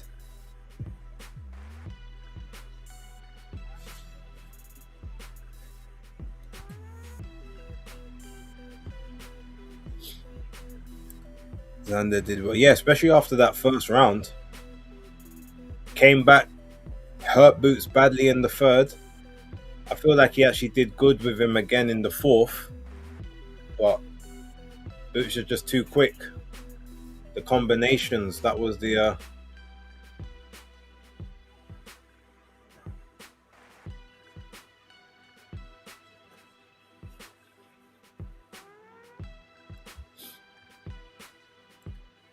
them 7 rounds was probably the most I've enjoyed this year so far. Raw, okay.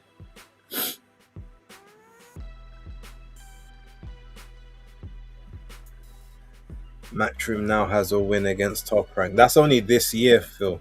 Let's not forget they have beat top rank guys before. It's just this year they was 3-0 down. So now they're 3-1.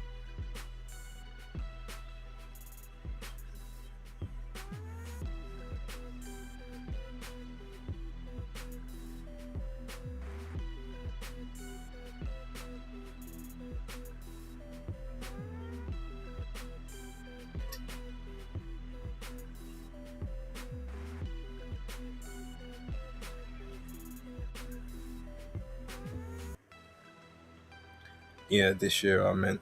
Oh, well, so I wonder what all them Puerto Rican fans are saying now.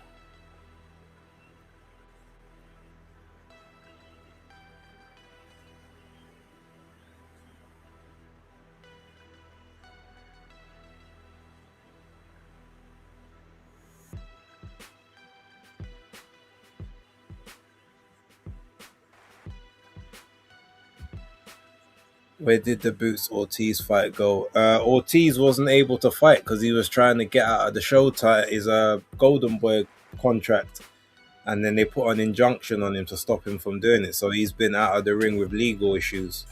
But apparently they're in negotiations at the minute to actually basically correct all of that.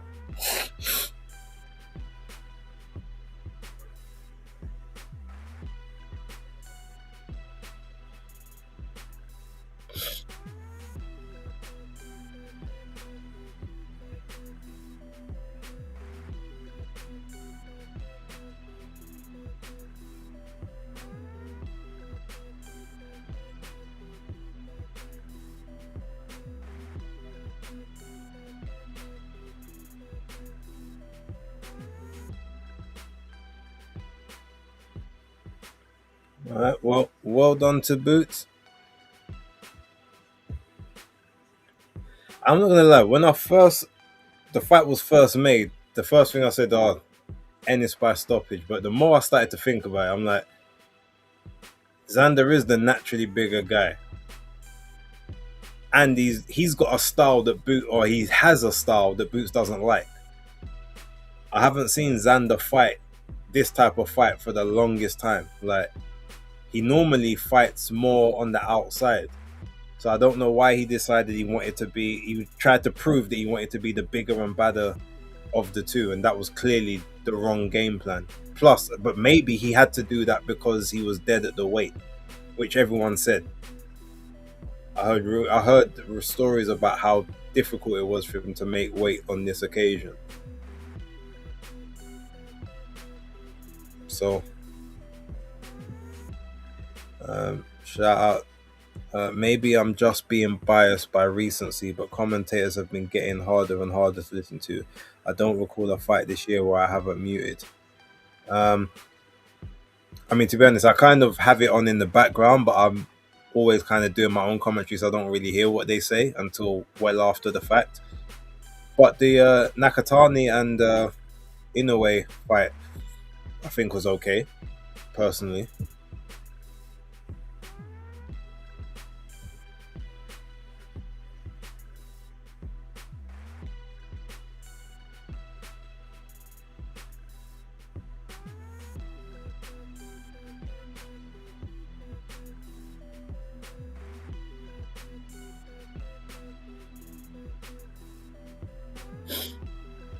Ortiz's speed and style might be a problem for Boots after seeing him get rocked by Xander. Yeah, but Ortiz gets hit more than Xander does. And I don't know if I can trust Ortiz's power at 154. He ain't got no stoppages at 154. Boots has got two. One of them against a unified world champion. Something Ortiz has never been. So I don't know.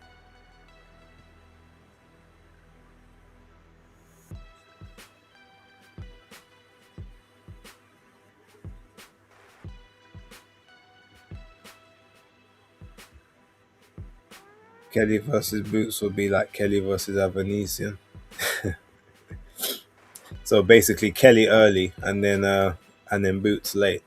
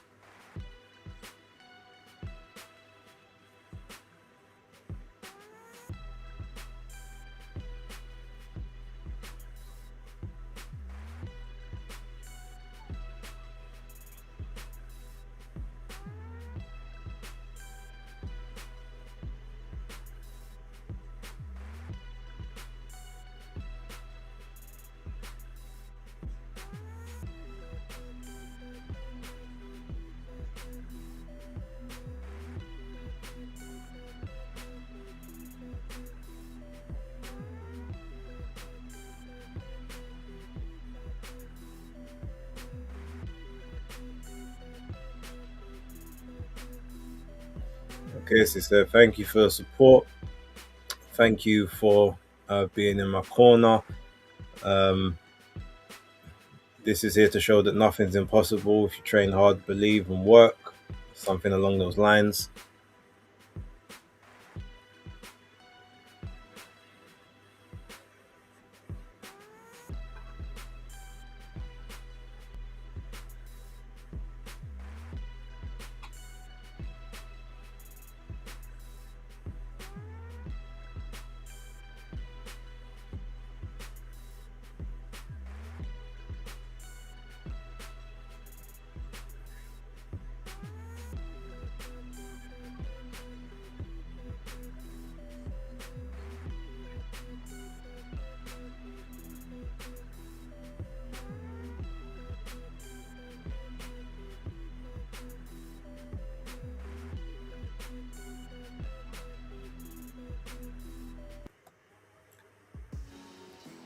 All right, we're getting ready to wrap up, peeps. So, any last comments and that? We've got 3 minutes or so.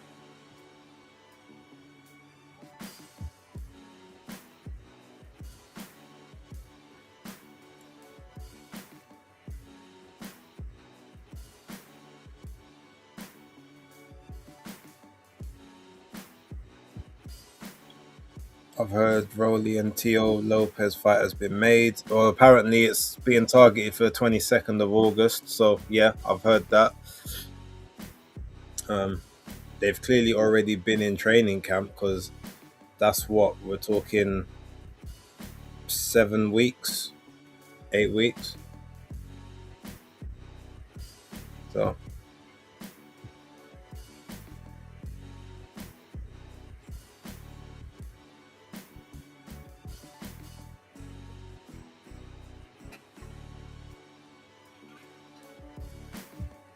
who you got? Oh, I've got Tio in that fight. Like, Rolly sucks. Even this new version of Rolly, like, Tio's not Ryan Garcia. So,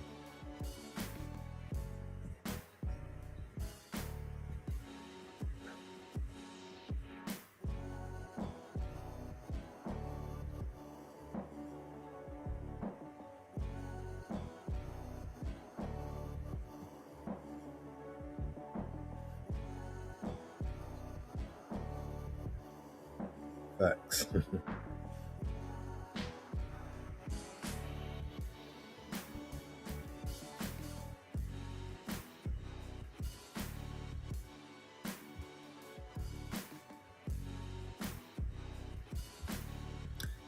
How do you think Boots versus Fondora goes?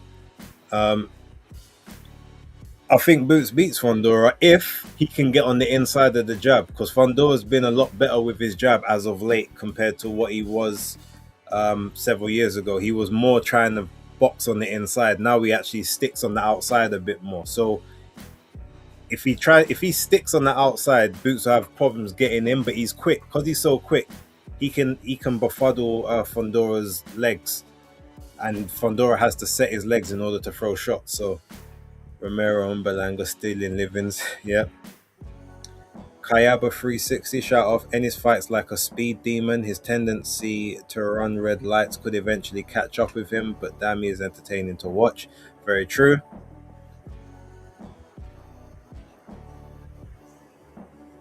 Do you know what I'm enjoying this? I'm gonna stick around for another 3 minutes. We're gonna go for one more cycle of the end of the exit music, and any further comments we will deal with.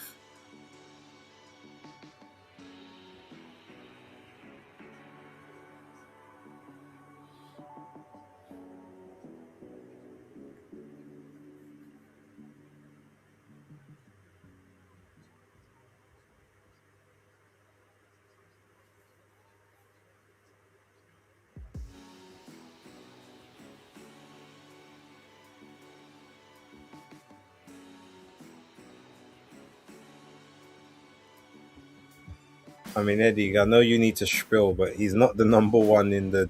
Even he's not even the number one in weighting. He's got a lot more to do before he can get anywhere close to that.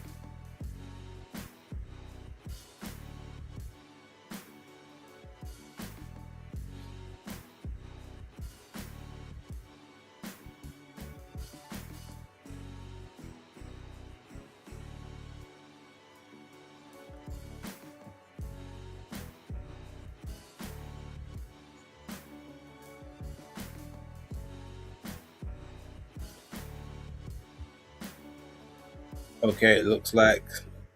All right, so no more comments. So that was the last one. All right. Shout out to everyone. Bless up to everyone who tuned in to the watch along. Much appreciated. Enjoy the rest of your night. If you are in the States or anywhere over there, enjoy the rest of your morning. If you're in the UK like myself, and I will catch you all on the next one. Eddie said Kelly's fight. Yeah, he's fighting Kevin Najako on that card. But anyway, right. Anyway, enough of that.